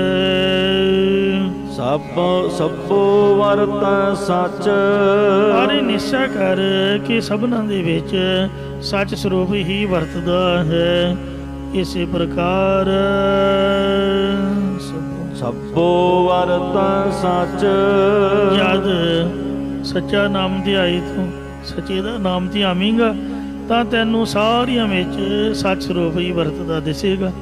ਐਸਾ ਪ੍ਰਕਾਸ਼ ਤੇਰੇ ਹਿਰਦੇ ਵਿੱਚ ਹੋਵੇਗਾ, ਭਾਵ ਅਵਰਨ ਦਾ ਪਰਦਾ ਤੇਰੇ ਅੰਦਰੋਂ ਚੁੱਕਿਆ ਜਾਵੇਗਾ। ਨਾਨਕ ਹੁਕਮ ਜੋ ਬੁਝੈ। ਸਤਿਗੁਰੂ ਤੀਜੇ ਪਾਤਸ਼ਾਹ ਗੁਰੂ ਅਮਰਦਾਸ ਜੀ ਫਰਮਾਉਂਦੇ ਨੇ, ਕਿ ਜਿਹੜਾ ਪੁਰਖ ਗੁਰਾਂ ਦੁਆਰਾ ਪਰਮੇਸ਼ਰ ਦੇ ਨਾਮ ਜਪਣ ਰੂਪੀ ਹੁਕਮ ਨੂੰ ਸਮਝਦਾ ਹੈ ਕਿ ਗੁਰੂ ਸਾਹਿਬ ਜੀ ਦਾ ਹੁਕਮ ਹੈ, ਸੋ ਫਲ ਪਾਏ ਸੱਚ। ਉਹ ਸੱਚ ਸਰੂਪ ਦੀ ਪ੍ਰਾਪਤੀ ਰੂਪ ਸ੍ਰੇਸ਼ਟ ਫਲ ਨੂੰ ਪਾ ਲੈਂਦਾ ਜਾਂ ਸੱਚਾ ਬ੍ਰਹਮ ਗਿਆਨ ਰੂਪੀ ਫਲ ਪਾ ਲੈਂਦਾ ਹੈ। ਅਤਨੀ ਬਦਨੀ ਕਰਤਾ ਫਿਰੈ, ਜਿਹੜਾ ਗੁਰਾਂ ਦੁਆਰਾ ਸੱਚੇ ਪਰਮੇਸ਼ਰ ਦਾ ਨਾਮ ਜਪਣ ਰੂਪੀ ਹੁਕਮ ਨੂੰ ਨਹੀਂ ਸਮਝਦਾ, ਉਹ ਪੁਰਖ ਕੇਵਲ ਕਥਾ ਕਰਨੀ ਹੀ, ਵਾਰਤਾ ਕਰਨੀ, ਮੂੰਹ ਦੇ ਨਾਲ ਕਹਿਣ ਵਾਲੀਆਂ ਗੱਲਾਂ ਦੇ ਵਿੱਚ ਤੁਰਿਆ ਫਿਰਦਾ ਰਹਿੰਦਾ ਹੈ, ਮਤਲਬ ਕਮਾਈ ਨਹੀਂ ਕਰਦਾ। ਇਸੇ ਪ੍ਰਕਾਰ ਕਥਨੀ ਬਦਨੀ ਕਰਤਾ ਫਿਰੈ, ਭਾਵੇਂ ਕੋਈ ਕਿੰਨੀ ਸੋਹਣੀ ਕਥਾ ਕਰਨੀ ਜਾਣਦਾ ਹੋਵੇ, ਭਾਵੇਂ ਕੋਈ ਚੰਗੀ ਕਵੀਸ਼ਰੀ ਜਾਣਦਾ ਹੋਵੇ, ਤੇ ਉਹਦੇ ਮੂੰਹ ਦੇ ਨਾਲ ਹੀ ਕਰਦਾ ਫਿਰਦਾ ਹੈ। ਕਰਦਾ ਹੋਇਆ ਦੁਨੀਆ ਦੇ ਵਿੱਚ ਵਾਹ ਤਾਂ ਖੱਟੀ ਜਾਂਦਾ ਹੈ, ਤੁਰਿਆ ਫਿਰਦਾ ਰਹਿੰਦਾ ਹੈ। 25,000 ਨਹੀਂ, ਮੈਂ 50,000 ਲਵਾਂਗਾ, 51,000 ਲਵਾਂਗਾ, ਮੇਰੀ ਇੰਨੀ ਪੇਟਾ ਹੈ, ਉਹ ਤਾਂ ਇਹਨਾਂ ਗੱਲਾਂ 'ਚ ਹੀ ਤੁਰਿਆ ਫਿਰਦਾ ਹੈ। ਹੁਕਮ ਨ ਬੂਝੈ ਸੱਚ, ਜੋ ਕਿਹਾ ਹੈ ਤਿਸ ਨੂੰ ਕਮਾਉਣਾ ਵੀ ਹੈ। ਉਹ ਪੁਰਖ ਸੱਚੇ ਗੁਰਾਂ ਦਾ ਇਹ ਨਾਮ ਜਪਣ ਵਾਲਾ ਹੁਕਮ ਨਹੀਂ ਬੁੱਝਦਾ ਜਾਂ ਗੁਰਾਂ ਦਾ ਹੁਕਮ ਨਹੀਂ ਬੁੱਝਦਾ, ਇਸੇ ਕਰਕੇ ਉਸ ਨੂੰ ਸੱਚ ਸਰੂਪ ਦੀ ਪ੍ਰਾਪਤੀ ਨਹੀਂ ਹੁੰਦੀ ਹੈ।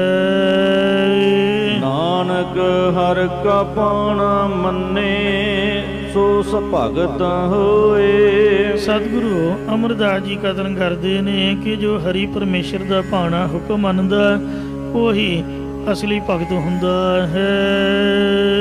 ਵਿਣ ਮੰਨੇ ਕੱਚਨ ਕੱਚ, ਜਿਹੜਾ ਭਾਣਾ ਮੰਨੇ ਤੋਂ ਬਿਨਾ ਹੈ ਉਹ ਝੂਠਾ ਪੁਰਖ ਗੱਲਾਂ ਨੂੰ ਤਾਂ ਬਾਰੇ ਨਹੀਂ ਆਉਣ ਦਿੰਦਾ। ਹਮੇ ਹੈ ਥਮੇ ਹੈ ਤੇ ਪਰ ਉਹ ਹੈ ਕੱਚਿਆਂ ਤੋਂ ਵੀ ਕੱਚਾ, ਕੱਚੇ ਵਿਸ਼ਿਆਂ 'ਚ ਲਾ ਕੇ ਕਚਿਆਈ ਵਾਲਾ ਹੈ। ਇਹ ਕੱਚਨ ਕੱਚ ਪਾਠ ਸੰਪਰਦਾਈ ਹੈ। ਜੇ ਆਪਾਂ ਕੱਚ ਤੇ ਨਿਕੱਚ ਅਰਥ ਲਈ ਮੰਨੀਏ, ਉਹ ਨੇ ਕੱਚ ਨੇ ਵਿਸ਼ੇਸ਼ ਕਰਕੇ ਕੱਚਿਆਂ ਤੋਂ ਕੱਚਾ ਜਾਂ ਕੱਚ ਤੋਂ ਵੀ ਕੱਚਾ ਨਿਕੰਮਾ ਪੁਰਖ ਹੈ। ਗੱਲਾਂ ਤਾਂ ਬਹੁਤੀਆਂ ਜਾਣਦਾ ਪਰ ਕਰਨਾ ਕੁਛ ਵੀ ਨਹੀਂ ਆਉਂਦਾ ਹੈ। ਮਹੱਲਾ ਤੀਜਾ।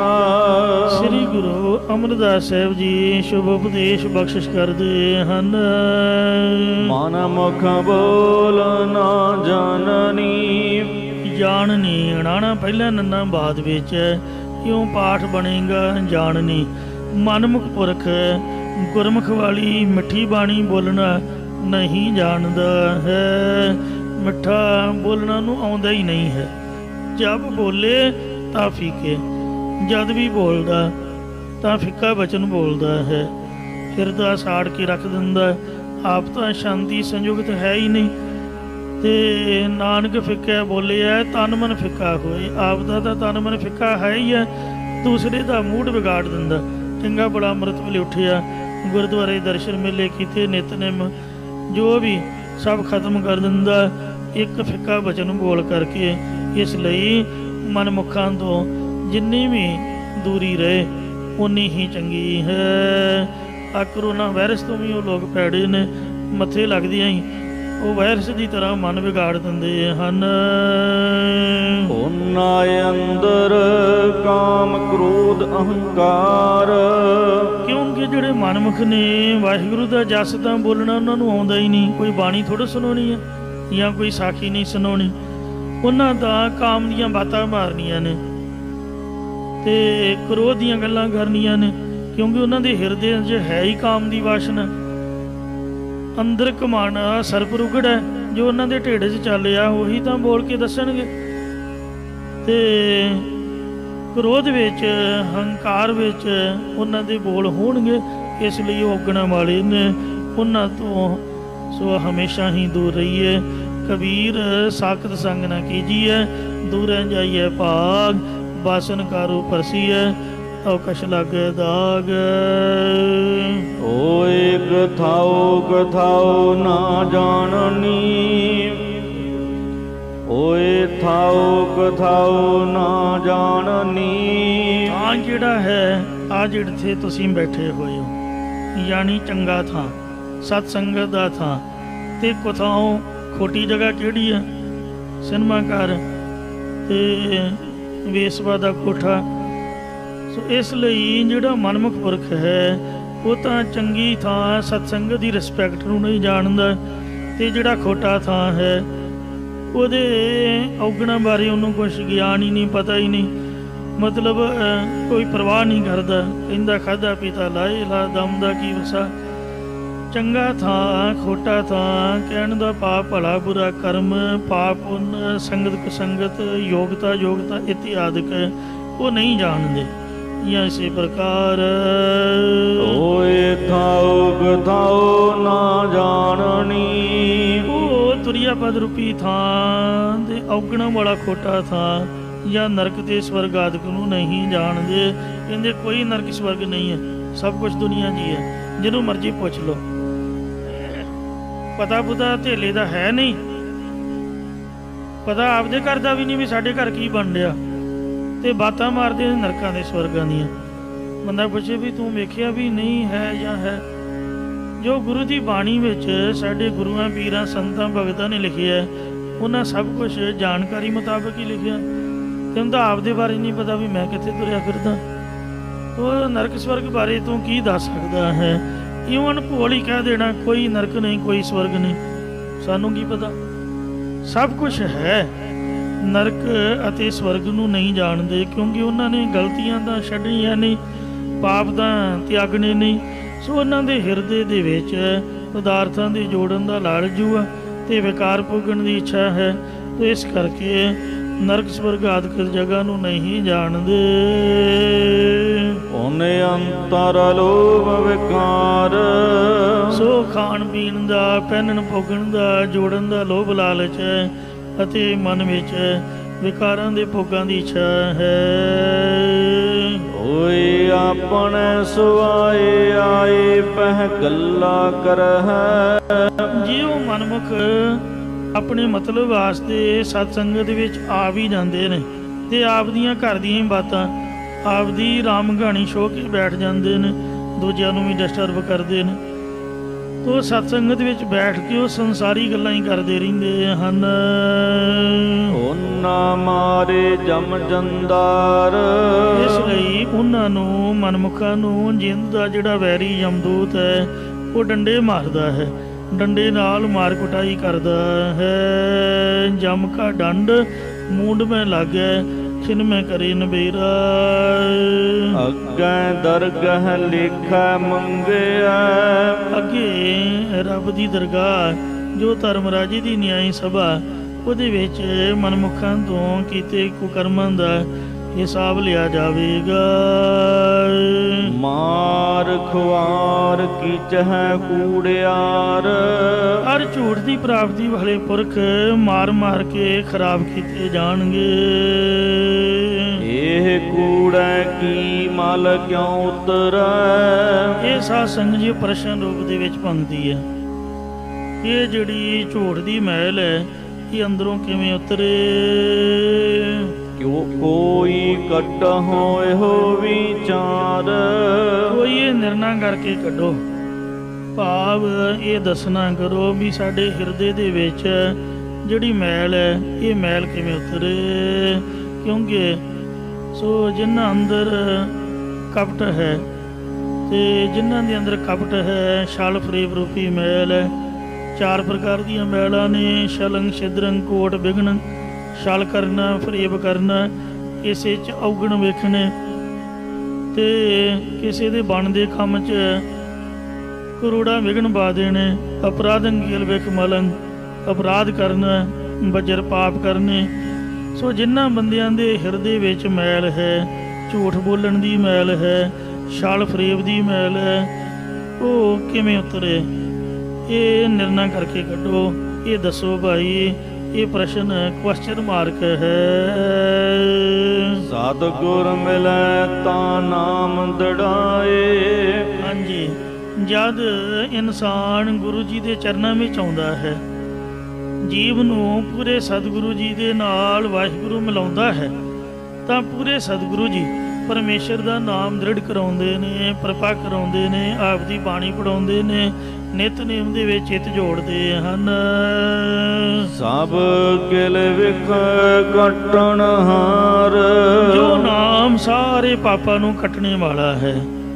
ਇੱਕੋ ਇੱਕ ਪਰਮੇਸ਼ਰ ਦਾ ਨਾਮ ਹੀ ਹੈ ਜਿਹੜਾ ਪਾਪ ਕੱਟਦਾ ਹੈ। ਨਹੀਂ ਤੇ ਜਿੰਨੀ ਵਾਰੀ ਮਰਜ਼ੀ ਗੰਗਾ ਨਹਾਈ ਜਾਓ, ਜਿੰਨਾ ਮਰਜ਼ੀ ਦਾਨ ਪੁੰਨ ਕਰੀ ਜਾਓ, ਇਹਦੇ ਨਾਲ ਹਿਰਦੇ ਦੀ ਮੈਲ ਨਹੀਂ ਉਤਰਦੀ।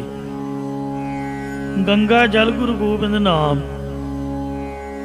ਜਿਹੜਾ ਗੰਗਾ ਦਾ ਜਲ ਹੈ ਗੁਰਮਤ ਦੇ ਵਿੱਚ ਗੁਰੂ ਗੋਬਿੰਦ ਦਾ ਨਾਮ ਹੀ ਹੈ, ਜੋ ਵਾਹਿਗੁਰੂ ਵੱਲੋਂ ਬਾਣੀ ਦੁਆਰਾ ਪ੍ਰਾਪਤ ਹੋਇਆ ਹੈ। ਜਨਮ ਜਨਮ ਕੀ ਇਸ ਮਨ ਕੋ ਮਨ ਲਾਗੇ, ਕਾਲਾ ਹੁਆ ਸਿਆ ਹੋ, ਖਨਲੀ ਧੋਤੀ ਉਜਲੀ ਨਾ ਹੋਵਈ, ਜੇ ਸੋ ਤੋ ਮਨ ਪਾਹੋ। ਜਿਵੇਂ ਕੋਲੂ ਦੀ ਲੀਰ ਭਾਵੇਂ ਸੈਂਕੜੇ ਵਾਰ ਧੋਈਏ ਉਹ ਉਜਲ ਸਾਫ਼ ਨਹੀਂ ਹੁੰਦੀ, ਤੇ ਜੇ ਸਾਫ਼ ਹੋ ਵੀ ਜਾਏ ਤਾਂ ਫਿਰ ਕੋਲੂ ਸਾਫ਼ ਕਰਨ ਦਾ ਸਮਾਂ ਆ ਜਾਂਦਾ। ਇੰਜ ਸਾਡਾ ਮਨ ਪਿਛਲੇ ਜਨਮਾਂ ਦੇ ਭੈੜੇ ਸੰਸਕਾਰਾਂ ਦੀ ਮੈਲ ਨਾਲ ਮੈਲਾ ਹੋਇਆ ਪਿਆ। ਇਹ ਕਰਮ ਕਾਂਡਾਂ ਦੇ ਨਾਲ ਸਾਫ਼ ਨਹੀਂ ਹੋਣ ਵਾਲਾ। ਜਨਮ ਜਨਮ ਕੀ ਇਸ ਮਨ ਕੋ ਮਨ ਲਾਗੀ, ਕਾਲਾ ਹੋਇਆ ਸਿਆ ਹੋ। ਸਿਆ ਕਾਲਾ ਜਿਸ ਤਰ੍ਹਾਂ ਕੋਲਾ ਹੁੰਦਾ, ਸਾਬਣ ਲਾਲਾ ਧੋਤਾ ਕੋਲਾ, ਦੁੱਧ ਦਹੀਂ ਵਿੱਚ ਪਾਇਆ, ਖੁੰਬ ਚਾੜ ਰੰਗਣ ਵੀ ਧਰਿਆ, ਰੂਪ ਨਾ ਉਸ ਵਟਾਇਆ। ਤੋ ਐਸਾ ਇਹ ਸਾਡਾ ਭੈੜਾ ਅਮੂੜ ਮਨ ਹੈ। ਤੇ ਖਨਲੀ ਧੋਤੀ ਉਜਲੀ ਨਾ ਹੋਵਈ, ਜੇ ਸੋ ਤੋ ਮਨ ਬਾਹੋ। ਭਾਵੇਂ ਸੈਂਕੜੇ ਵਾਰ ਧੋਈਏ, ਦੁੱਧ ਦਹੀਂ ਲੱਸੀ ਵਿੱਚ ਪਾਈਏ, ਫਿਰ ਵੀ ਕੋਲੂ ਦੀ ਲੀਰ ਸਾਫ਼ ਨਹੀਂ ਹੁੰਦੀ। ਉਹ ਸਤਿਗੁਰੂ ਨਾਨਕ ਦੇਵ ਮਹਾਰਾਜ ਨੇ ਇੱਕ ਦ੍ਰਿਸ਼ਟਾਂਤ ਦਿੱਤਾ ਹੈ ਸ੍ਰੀ ਜਪਜੀ ਸਾਹਿਬ ਦੇ ਵਿੱਚ, ਜੋ ਆਪਾਂ ਨਿਤ ਪੜ੍ਹਦੇ ਹਾਂ। ਮੂਤ ਪਲੀਤੀ ਕੱਪੜ ਹੋਏ, ਦੇਹ ਸਾਬੂਨ ਲਈਆ ਹੋਤ ਹੋਏ। ਮੂਤ ਨਾਲ ਕੱਪੜਾ ਪਲੀਤ ਹੋ ਜਾਏ ਤਾਂ ਸਾਬਣ ਲਾ ਕੇ ਉਹਨੂੰ ਧੋਤਾ ਜਾ ਸਕਦਾ, ਪਰ ਭਰੀਏ ਮਤ ਪਾਪਾਂ ਕੇ ਸੰਗ, ਉਹ ਧੋਪੈ ਨਾਮੈ ਕੇ ਰੰਗ। ਜਿਹੜੀ ਸਾਡੀ ਬੁੱਧੀ ਹੈ ਪਾਪ ਕਰਮਾਂ ਦੇ ਨਾਲ ਮੈਲੀ ਹੋ ਜਾਏ ਤੇ ਉਹ ਵਾਹਿਗੁਰੂ ਦੇ ਨਾਮ ਰੰਗ ਦੇ ਨਾਲ ਹੀ ਧੋਪਦੀ ਹੈ। ਸੋ ਸਤਿਗੁਰੂ ਮਿਲਿਆ ਤਾਂ ਨਾਮ ਦ੍ਰਿੜਾਏ। ਜੇ ਸਤਿਗੁਰੂ ਜੀ ਮਿਲਾਏ ਮਹਾਰਾਜ ਤਾਂ ਨਾਮ ਨੂੰ ਗੁਰੂ ਸਾਹਿਬ ਦ੍ਰਿੜ ਕਰਾਉਂਦੇ ਹਨ। ਤਾਂ ਜਿੰਨੇ ਵੀ ਪਾਪ ਕਰਮਾਂ ਦੀ ਮੈਲ ਮਨ ਨੂੰ ਲੱਗੀ ਹੋਈ ਹੈ ਉਹ ਸਭ ਕਿਲਵੇ ਕੱਟਣ ਹਾਰ, ਸਾਰੇ ਪਾਪਾਂ ਦੀ ਮੈਲ ਨੂੰ ਕੱਟਣ ਵਾਲੇ ਨੇ। ਇਸ ਲਈ ਟੋਡੀ ਮਹੱਲਾ ਪੰਜਵਾ, ਸਤਿਗੁਰ ਆਇਓ ਸਰਨ ਤੁਹਾਰੀ। ਅਰਦਾਸ ਕਰੀਏ, ਬੇਨਤੀ ਕਰੀਏ, ਇਹ ਸਤਿਗੁਰ ਸੱਚੇ ਪਾਤਸ਼ਾਹ ਮੈਂ ਆਪ ਦੀ ਸ਼ਰਨ ਵਿੱਚ ਆਇਆ ਹਾਂ, ਕਿਰਪਾ ਕਰੋ ਮੈਲ ਕੱਟਣ ਵਾਲਾ ਵਾਹਿਗੁਰੂ ਨਾਮ ਦ੍ਰਿੜ ਕਰਾਓ ਜੀ। ਸਤਿਗੁਰ ਆਇਓ ਸਰਨ ਤੁਹਾਰੀ, ਮਿਲੇ ਸੁਖ ਨਾਮ ਹਰ ਸੁਭਾ, ਚਿੰਤਾ ਲਾਹੇ ਹਮਾਰੀ। ਰਹਾਉ ਅਵਰ ਨ ਸੂਝੈ ਦੂਜੀ ਠਾਹਰ, ਹਾਰ ਪਰਿਓ ਤੋ ਦਵਾਰੀ, ਲਿਖਾ ਛੋੜ ਅਲਿਖਾ ਛੂਟੈ, ਹਮ ਨਿਰਗੁਣ ਲੇਹੁ ਉਬਾਰੀ। ਸਦ ਬਖਸ਼ੇਂਦ ਸਦਾ ਮਿਹਰਬਾਨਾ, ਸਭਨਾ ਦੇ ਆਧਾਰੀ, ਨਾਨਕ ਦਾਸ ਸੰਤ ਪਾਛੈ ਪਰਿਓ, ਰਾਖ ਲਿਹੁ ਇਹ ਬਾਰੀ। ਤੋ ਗੁਰੂ ਸਾਹਿਬ ਕਿਰਪਾ ਕਰਕੇ ਇਹ ਪਾਵਨ ਸ਼ਬਦ ਪੜ੍ਹਨ ਤੋਂ ਜੋ ਅਰਦਾਸ ਰੂਪ ਹੈ, ਪਾਪਾਂ ਦੀ ਮੈਲ ਨੂੰ ਕੱਟਣ ਵਾਲੇ ਹਨ। ਨਾਮ ਜਪੇ ਨਾਮੋ ਆਰਾਧੇ। ਸਾਡਾ ਸੁਭਾਵ ਕੀ ਅੰਮ੍ਰਿਤਧਾਰੀਆਂ ਦਾ ਕਿਸੇ ਨੂੰ ਵੀ ਚੇਤਾ ਨਹੀਂ ਵੀ ਆਪਾਂ ਪੰਜ ਪਿਆਰਿਆਂ ਦੇ ਪਾਸੋਂ ਮੂਲ ਮੰਤਰ ਜਾਂ ਵਾਹਿਗੁਰੂ ਨਾਮ ਲਿਆ, ਇਸ ਨੂੰ ਜਪਣਾ ਵੀ ਹੈ। ਜਿਨ੍ਹਾਂ ਦੀ ਅਸੀਂ ਨਿੰਦਿਆ ਕਰਦੇ ਹਾਂ, ਜਿਨ੍ਹਾਂ ਨੂੰ ਅਸੀਂ ਮਾੜਾ ਕਹਿੰਦੇ ਹਾਂ, ਪਖੰਡੀ ਗੁਰੂ, ਪਖੰਡੀ ਗੁਰੂਆਂ ਦੇ ਚੇਲੇ, ਮੈਂ ਉਹਨਾਂ 'ਚ ਇੱਕ ਗੁਣ ਵੇਖਿਆ ਵੀ ਉਹ ਅੰਮ੍ਰਿਤ ਵੇਲੇ ਉੱਠਦੇ ਨੇ। ਕੁਕੇ ਨਾਮਧਾਰੀ, ਰਾਧਾ ਸੁਆਮੀ, ਜਿੰਨੇ ਵੀ ਨਾਮ ਕਹਿੰਦੇ ਨਾਮ ਲਿਆ ਜੀ। ਤੇ ਆਪਾਂ ਸ਼ਰਾਬ ਵਾਲਿਆਂ ਕੋਲ ਖੜਨਾ ਵੀ ਨਹੀਂ ਜੀ, ਨਾਮ ਲਿਆ। ਚੌਂਕੜਾ ਮਾਰ ਕੇ ਥੱਲੇ ਆਸਣ ਵਿਛਾ ਕੇ ਉਹ ਮਾਲਾ ਨਾਲ ਵਾਹਿਗੁਰੂ ਵਾਹਿਗੁਰੂ ਜਾਂ ਜੋ ਉਹਨਾਂ ਨੇ ਲਿਆ ਉਹ ਜਪਦੇ ਨੇ। ਸਾਨੂੰ ਯਾਦ ਹੀ ਭੁੱਲ ਗਿਆ ਵੀ ਨਾਮ ਆਪਾਂ ਲਿਆ ਸੀ ਤੇ ਉਹਨੂੰ ਜਪਣਾ ਵੀ ਹੈ। ਇਸ ਵਾਸਤੇ ਪਹਿਲੀ ਗੱਲ ਤਾਂ ਅੰਮ੍ਰਿਤਧਾਰੀ ਘੱਟ ਗਿਣਤੀ, ਤੇ ਜੇ ਕੋਈ ਗਾਤਰਾ ਪਾ ਵੀ ਲੈਂਦਾ ਉਹਦਾ ਮਤਲਬ ਸਾਨੂੰ ਪਤਾ ਨਹੀਂ ਹੈ। ਜੇ ਕੋਈ ਪੁੱਛ ਹੀ ਲਏ ਵੀ ਇਹਦਾ ਮਤਲਬ ਕੀ ਹੈ, ਤੇ ਇਸ ਵਾਸਤੇ ਮਹਾਰਾਜ ਸੱਚੇ ਪਾਤਸ਼ਾਹ ਕਿਰਪਾ ਕਰਨ। ਨਾਮ ਜੇ ਲਿਆ ਹੈ ਅੰਮ੍ਰਿਤ ਦੀ ਦਾਤ ਨਾਲ ਤੇ ਉਹਨੂੰ ਜਪਣਾ ਵੀ ਹੈ। ਜੋ ਪਰਮੇਸ਼ਰ ਦੇ ਨਾਮ ਨੂੰ ਬਾਣੀ ਦੇ ਦੁਆਰਾ ਜਪਦਾ ਤੇ ਮਨ ਕਰਕੇ ਭਾਵਨਾ ਨਾਲ ਪਰਮੇਸ਼ਰ ਦੇ ਨਾਮ ਨੂੰ ਅਰਾਧਾ ਧਿਆਉਂਦਾ ਹੈ। ਤੈਸ ਜਨ ਕਉ ਕਰਹੁ ਸਭ ਨਮਸਕਾਰ। ਮਹਾਰਾਜ ਗੁਰੂ ਅਮਰਦਾਸ ਜੀ ਫਰਮਾਉਂਦੇ ਕਿ ਤਿਸ ਗੁਰਮੁਖ ਜਨ ਨੂੰ ਸਾਰੇ ਨਮਸਕਾਰਾਂ ਕਰੋ ਭਾਈ, ਬੰਦਨਾ ਕਰੋ, ਉਹਨਾਂ ਦੇ ਚਰਨਾਂ ਦੇ ਸਿਰ ਝੁਕਾਓ। ਧੰਨ ਧੰਨ ਧੰਨ ਜਨ ਆਇਆ, ਜਿਸ ਪ੍ਰਸਾਦ ਸਭ ਜਗਤ ਰਾਇਆ। ਜਨ ਅਮਨ ਕਾ ਇਹ ਸੁਆਓ, ਜਨ ਕੈ ਸੰਗ ਜਿਤ ਆਵੇ ਨਾਉ। ਕਿਉਂ ਮੱਥਾ ਟੇਕਣਾ? ਕਿ ਉਹਨਾਂ ਦੇ ਮੱਥਾ ਟੇਕਣ ਤੋਂ, ਦਰਸ਼ਨ ਕਰਨ ਤੋਂ ਸਾਨੂੰ ਵੀ ਨਾਮ ਚੇਤੇ ਆਵੇ। ਸਹੀ ਪਿਆਰੇ ਮੇਲ ਜਿਨ੍ਹਾਂ ਮਿਲਿਆ ਤੇਰਾ ਨਾਮ ਚੇਤੇ ਆਵੇ। ਬੋਲੋ ਜੀ ਵਾਹਿਗੁਰੂ। ਸੋ ਇਸ ਤਰ੍ਹਾਂ ਮਹਾਰਾਜ ਕਹਿੰਦੇ ਨੇ ਕਿ ਨਾਨਕ ਤਿਸ ਜਨ ਕੋ ਸਦਾ ਨਮਸਕਾਰ। ਧੰਨ ਧੰਨ ਧੰਨ ਜਨ ਆਇਆ, ਜਿਸ ਪ੍ਰਸਾਦ ਸਭ ਜਗਤ ਰਾਇਆ। ਜਨ ਆਮਨ ਕਾ ਇਹ ਸੁਆਉ, ਜਨ ਕੈ ਸੰਗ ਚਿਤ ਆਵੇ ਨਾਉ। ਆਪ ਮੁਕਤ ਮੁਕਤ ਕਰੈ ਸੰਸਾਰ, ਨਾਨਕ ਤਿਸ ਜਨ ਕੋ ਸਦਾ ਨਮਸਕਾਰ। ਜਦ ਨਾਨਕ ਤੂੜ ਮੰਗੈ ਤਿਸ ਗੁਰ ਸੇਖੀ, ਜੋ ਆਪ ਜਪੈ ਬਰੇ ਨਾਮ ਜਪਾਵੇ। ਮੱਥਾ ਤਾਂ ਟੇਕਣਾ ਹੈ। ਮੱਥਾ ਟੇਕਣ ਦਾ ਭਾਵ ਨਿਮਰਤਾ ਦਾ ਵਾਚਕ ਹੈ। ਇਸ ਵਾਸਤੇ ਹਉ ਕੁਰਬਾਨੇ ਜਾਉ ਮਿਹਰਬਾਨਾ, ਹਉ ਕੁਰਬਾਨੇ ਜਾਉ, ਹਉ ਕੁਰਬਾਨੇ ਜਾਉ ਤਿਨਾਂ ਕੈ। ਲੈਣ ਜੋ ਤੇਰਾ ਨਾਉ, ਲੈਣ ਜੋ ਤੇਰਾ ਨਾਉ ਤਿਨਾਂ ਕੈ। ਹਉ ਸਦ ਕੁਰਬਾਨੇ ਜਾਉ। ਨਾਮ ਜਪੇ ਨਾਮੋ ਆਰਾਧੇ।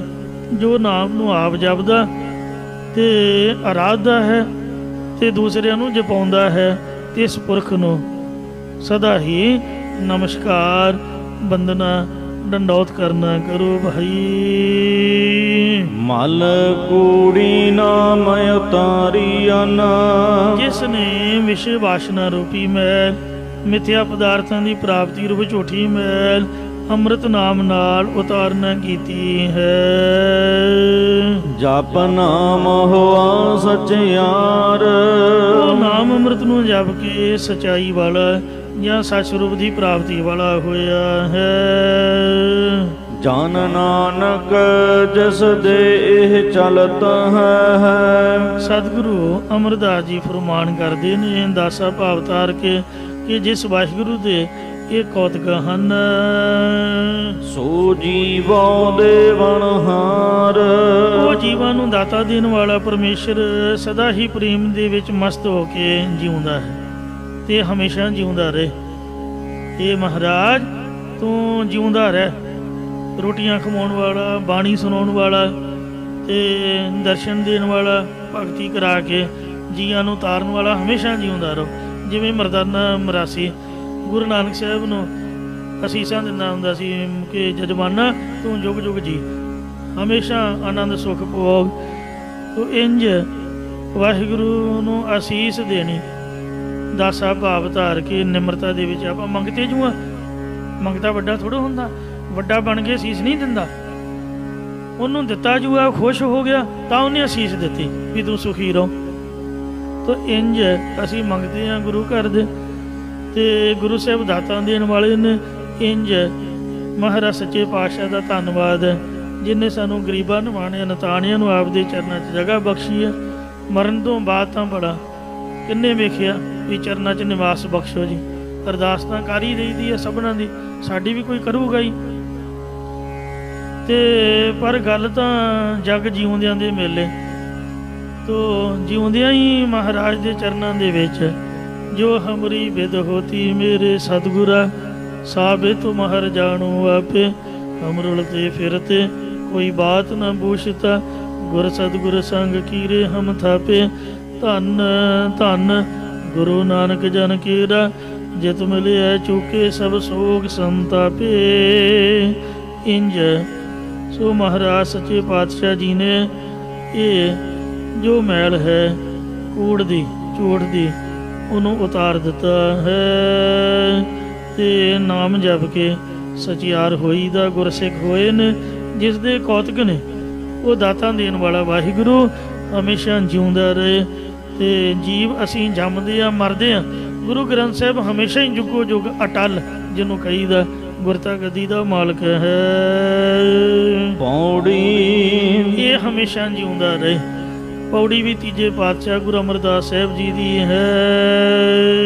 ਤੁਧ ਜੀਵੜ ਦਾਤਾ ਨਾਹੀ, हे ਪਰਮੇਸ਼ਰ ਤੇਰੇ ਜਿੱਡਾ ਵੱਡਾ ਸੰਸਾਰ ਵਿੱਚ ਹੋਰ ਕੋਈ ਵੀ ਦਾਤਾ ਨਹੀਂ ਹੈ। ਕਿਸ ਆਖ ਸੁਣਾਈਐ, ਇਸ ਲਈ ਹੋਰ ਕਿਸ ਦੇ ਅੱਗੇ ਜਾ ਕੇ ਤੇਰੀ ਸਿਫਤ ਕਹਿ ਕੇ ਸੁਣਾਉਣਾ ਕਰੀਏ। ਗੁਰ ਪ੍ਰਸਾਦੀ ਪਾਏ, हे ਪਰਮੇਸ਼ਰ ਸਤਿਗੁਰਾਂ ਦੀ ਕਿਰਪਾ ਦੁਆਰਾ ਤੇਰੀ ਪ੍ਰਾਪਤੀ ਵਾਲੇ ਸਤ ਸੰਗਤ ਰੂਪੀ ਥਾਂ ਨੂੰ ਪਾ ਲਿਆ ਹੈ। ਗੁਰ ਪ੍ਰਸਾਦੀ ਪਾਏ, ਗੁਰਾਂ ਦੀ ਕਿਰਪਾ ਦੁਆਰਾ ਜਿਸ ਦੇ ਹਿਰਦੇ ਵਿੱਚੋਂ ਦੇਹ ਦੀ ਹੰਗਤਾ ਚਲੀ ਗਈ ਹੈ, ਉਹਨੇ ਤੇਰੇ ਸਰੂਪ ਨੂੰ ਪਾ ਲਿਆ ਹੈ। ਜਿੱਥੋਂ ਹਉਮੈ ਜਾਈਐ, ਅਸੀਂ ਤਾਂ ਉਸ ਜਗ੍ਹਾ ਨੂੰ ਪਾ ਲਿਆ, ਉਸ ਗੁਰਦੁਆਰੇ ਨੂੰ ਪਾ ਲਿਆ, ਉਸ ਗੁਰੂ ਦੇ ਸਰੂਪ ਨੂੰ ਪਾ ਲਿਆ, ਉਸ ਗੁਰੂ ਦੀ ਬਾਣੀ ਨੂੰ ਪਾ ਲਿਆ, ਜਿਹਦੇ ਨਾਲ ਜਿੱਥੋਂ ਦੇਹ ਦੀ ਹੰਗਤਾ, ਹਉਮੈ, ਹੰਕਾਰ, ਹੰਗਤਾ ਦੀ ਬਦਬੂ ਅੰਦਰੋਂ ਚਲੀ ਜਾਂਦੀ ਹੈ। ਮਨ ਸੜਿਆਣ ਮਾਰ ਰਹੇ ਨੇ। ਤੇ ਇੰਜ ਜਿਹੜਾ ਬੰਦਾ ਇਸ਼ਨਾਨ ਨਾ ਕਰੇ, ਆਪਾਂ ਕਹਿੰਦੇ ਆ ਵੀ ਤੂੰ ਪਰੇ ਹੋ ਬਈ, ਤੇਰੇ ਕੋਲੋਂ ਤਾਂ ਬਦਬੂ ਆਉਂਦੀ ਆ। ਕਿਉਂ? ਜਿੰਨੇ ਨਾਮ ਦਾ, ਪ੍ਰੇਮ ਦਾ, ਸ਼ਰਧਾ ਦਾ, ਵਿਸ਼ਵਾਸ ਦਾ, ਮਹਾਰਾਜ ਦੀ ਬਾਣੀ ਦੇ ਨਿਤਨੇਮ ਦਾ ਇਸ਼ਨਾਨ ਨਹੀਂ ਕੀਤਾ, ਉਹਨਾਂ ਦਾ ਮਨ ਹੰਕਾਰ ਦੀ ਬਦਬੂ ਨਾਲ ਸੜਿਆਣ ਮਾਰਦਾ। ਵਾਹਿਗੁਰੂ ਗੁਰ ਮੰਤਰ ਹੈ, ਜਪ ਹਉਮੈ ਕੋਈ, ਗੁਰ ਮੰਤਰ ਵਾਹਿਗੁਰੂ ਹੈ, ਜਿਸ ਦੇ ਜਮਣ ਤੋਂ ਹਉਮੈ ਦੀ ਬਦਬੂ ਨਾਸ਼ ਹੁੰਦੀ ਹੈ। ਰਸ ਕਸ ਸਾਤਾ ਬਾਹਰਾ, ਇਹ ਪਰਮੇਸ਼ਰ ਤੂੰ ਦੁਨੀਆ ਦੇ ਰਸਾਂ ਕਸਾਂ, 6 ਰਸਾਂ ਦੇ ਕੱਢੇ ਹੋਏ ਅਰਕਾਂ ਦੇ ਸਵਾਦਾਂ ਤੋਂ ਬਾਹਰਾ ਹੈ। ਸੱਚੀ ਵਡਿਆਈਐ, ਇਸ ਲਈ ਤੇਰੀ ਸੱਚੀ ਵਡਿਆਈ ਮਹਿਮਾ ਹੈ। ਇਸੇ ਪ੍ਰਕਾਰ ਰਸ ਕਸ ਸਾਤਾ ਬਾਹਰਾ, ਜਿਹੜੇ ਰਸਾਂ ਕਸਾਂ ਦੇ ਸਵਾਦਾਂ ਤੋਂ ਬਾਹਰ ਹਨ, ਸੱਚੀ ਵਡਿਆਈਐ, ਹਰ ਸਦਾ ਨਾਮ ਜਪਦੇ ਉਹ ਸੱਚੀ ਬ੍ਰਹਮ ਗਿਆਨੀ ਆਪ ਪਰਮੇਸ਼ਰ ਵਡਿਆਈ ਵਾਲੇ ਹਨ। ਨਾਨਕ ਬ੍ਰਹਮ ਗਿਆਨੀ ਆਪ ਪਰਮੇਸ਼ਰ, ਸੋ ਹਰ ਮਨ ਤਨ ਵਸਿਆ ਸੋਈ, ਜੈ ਜੈਕਾਰ ਕਰੇ ਸਭ ਕੋਈ। ਇਹ ਸੱਚੀ ਵਡਿਆਈ ਵਾਲੇ ਹਨ। ਜਿਸ ਨੂੰ ਬਖਸ਼ੇ ਤਿਸ ਦੇ, ਜਿਸ ਨੂੰ ਤੂੰ ਗੁਰਾਂ ਦੁਆਰਾ ਬਖਸ਼ ਲੈਂਦਾ ਹੈ, ਜਿਸ ਨੂੰ ਬਖਸ਼ ਲੈ ਹੈ ਮੇਰੇ ਪਿਆਰੇ, ਇਹ ਮੇਰੇ ਪਿਆਰੇ ਜਿਹਦੀ ਔਗਣ ਬਖਸ਼ ਲੈਂਦਾ ਹੈ, ਸੋ ਜਸ ਤੇਰਾ ਗਾਵੇ। ਆ ਕਥਾ ਤੇ ਕੀਰਤਨ ਸੰਗਤ ਦੇ ਵਿੱਚ ਮਿਲ ਕੇ ਉਹੀ ਤੇਰਾ ਜਸ ਗਾ ਸਕਦਾ, ਨਹੀਂ ਤਾਂ ਦਿਲ ਹੀ ਨਹੀਂ ਲੱਗਦਾ। ਤੋ ਉਹਨੂੰ ਹੀ ਤੂੰ ਆਪ ਦੇ ਨਾਮ ਦੀ ਦਾਤ ਬਖਸ਼ਦਾ ਹੈ। ਆਪ ਲਈ ਮਿਲਾਈਐ, ਆਪਣੇ ਨਾਲ ਮਿਲਾ ਲੈਂਦਾ, ਭੇਦ ਕਰ ਲੈਂਦਾ ਹੈ। ਘਟ ਅੰਤਰ ਅੰਮ੍ਰਿਤ ਰੱਖਿਓ ਨਾ, ਘਟ ਦਾ ਅਰਥ ਹੈ ਘੜਾ। ਘੜਾ ਕਿਹੜਾ? ਬਲੈਡਰ ਜਿਹੜਾ ਭਰਿਆ ਹੋਇਆ, ਢਿੱਡ ਪੇਟ। ਤੋ ਇਹ ਤਾਂ ਰੋਟੀਆਂ ਨਾਲ ਹੀ ਮੱਤ ਮਾਰੀ ਰੱਖਦੇ ਆ। ਆਪਾਂ ਕਦੀ ਨਾਮ ਦਾ ਖਿਆਲ ਹੀ ਨਹੀਂ ਕੀਤਾ। ਜੇ ਸਾਰਾ ਰੋਟੀਆਂ ਨਾਲ ਹੀ ਭਰ ਲਿਆ, ਫਿਰ ਨਾਮ ਕਿੱਥੇ ਟਿਕੂਗਾ? ਮਾਫ ਕਰਨਾ ਮਤਲਬ ਜਿਹੜੇ ਔਗਣ ਦੇ ਵਿਕਾਰ ਨੇ, ਇਹਨਾਂ ਨਾਲ ਹੀ ਇਹ ਘੜਾ ਭੜਿਆ ਰਿਹਾ, ਤੇ ਫਿਰ ਨਾਮ ਕਿੱਥੇ ਸਮਾਊਗਾ? ਭਾਂਡਾ ਤੋਏ ਬੈਸ ਧੂਪ ਦੇਵੋ, ਤੋ ਦੁੱਧ ਕੋ ਜਾਵੋ, ਦੁੱਧ ਕਰਮ ਹੁਣ ਸੁਰਤ ਸਮਾਏ ਹੋਏ ਨਰਾਜ ਜਮਾਓ। ਵਸਤੂ ਅੰਦਰ ਵਸਤ ਮਾਵੇ, ਤੇ ਜੇ ਹੋਵੇ ਪਾਸ, ਇਸ ਤਰ੍ਹਾਂ ਮਹਾਰਾਜ ਦੇ ਬਚਨ ਹਨ। ਤੋ ਇਸ ਲਈ ਸਾਧ ਸੰਗਤ ਜੀਓ, ਪਹਿਲਾਂ ਨੂੰ ਸਾਫ਼ ਕਰਨਾ ਪਊਗਾ, ਇਹਦੇ ਚੋਂ ਔਗਣ ਵਿਕਾਰ ਕੱਢਣੇ ਪੈਣਗੇ, ਤਾਂ ਹੀ ਮਹਾਰਾਜ ਦਾ ਨਾਮ ਇਹਦੇ ਸਮਾਊਗਾ। ਘਟ ਨਾਮ ਹੈ ਹਿਰਦੇ ਦਾ। ਇਹ ਵਾਹਿਗੁਰੂ ਤੂੰ ਸਾਰਿਆਂ ਦੇ ਹਿਰਦੇ 'ਚ ਆਪਣਾ ਅੰਮ੍ਰਿਤ ਨਾਮ ਰੱਖਿਆ ਹੋਇਆ ਹੈ, ਪਰ ਸਾਨੂੰ ਦਰਸ਼ਨ ਨਹੀਂ ਹੁੰਦੇ, ਸਾਨੂੰ ਮਹਿਸੂਸ ਨਹੀਂ ਹੁੰਦਾ, ਨਾਮ ਦਾ ਉਹਦੀ ਪ੍ਰਾਪਤੀ ਨਹੀਂ ਹੁੰਦੀ, ਉਹਦਾ ਸੁਣਨਾ ਨਹੀਂ ਮਿਲਦਾ ਹੈ। ਕਿਉਂ? ਕਿਉਂਕਿ ਅੰਦਰ ਵਿਕਾਰਾਂ ਨਾਲ ਭਰਿਆ ਹੋਇਆ ਹੈ। ਗੁਰਮੁਖ ਕਿਸੈ ਬਿਆਈ, ਹੈ ਤਾਂ ਸਾਰਿਆਂ ਦੇ ਹਿਰਦੇ 'ਚ ਨਾਮ ਅੰਮ੍ਰਿਤ, ਪਰ ਕਿਸੇ ਵੇਲੇ ਗੁਰਮੁਖ ਨੂੰ ਹੀ ਗੁਰਾਂ ਦੁਆਰਾ ਵਾਹਿਗੁਰੂ ਅੰਮ੍ਰਿਤ ਨਾਮ ਪਿਲਾਉਂਦਾ ਹੈ। ਵਾਹੋ ਵਾਹੋ ਸੱਚੇ ਪਾਤਸ਼ਾਹ, ਸ੍ਰੀ ਗੁਰੂ ਹਰਗੋਬਿੰਦ ਸਾਹਿਬ ਨੇ ਹੁਕਮ ਕੀਤਾ ਹੈ। ਇੱਥੇ ਨਾਮੀ ਪੌੜੀ ਸਮਾਪਤ ਹੋਈ ਹੈ, ਪਰ ਸਮਾਪਤੀ ਤੋਂ ਪਹਿਲਾਂ ਇਹ ਪੰਕਤੀ ਲਾਜ਼ਮੀ ਪੜ੍ਹਨੀ ਹੈ। ये सच्चे पातशाह तू वाहु आश्चर्य ते वाहु विस्माद रूप है। तू सच्ची नाई तेरी महिमा वाला भी सच्चा है, तू सच्ची महिमा वडियाई वाला है, तेरा नाम भी सच्चा है, तेरी महिमा भी सच्ची, तेरी वडियाई भी सच्ची, तू आप भी सच्चा ही सच्चे पातशाह। इत्थे साध संगत जी 9 पौड़ियाँ संपूर्ण हुई ने, भुलां चुकां कृपा करके माफ़ करनियां जी, अगे दोस्त मत बख्शनी। काटे अंतर अमृत रखियो ना, गुरमुख किस बयाई। वाहो सच्चे पातशाह तू सच्ची नाई। वाहिगुरु जी का खालसा, वाहिगुरु जी की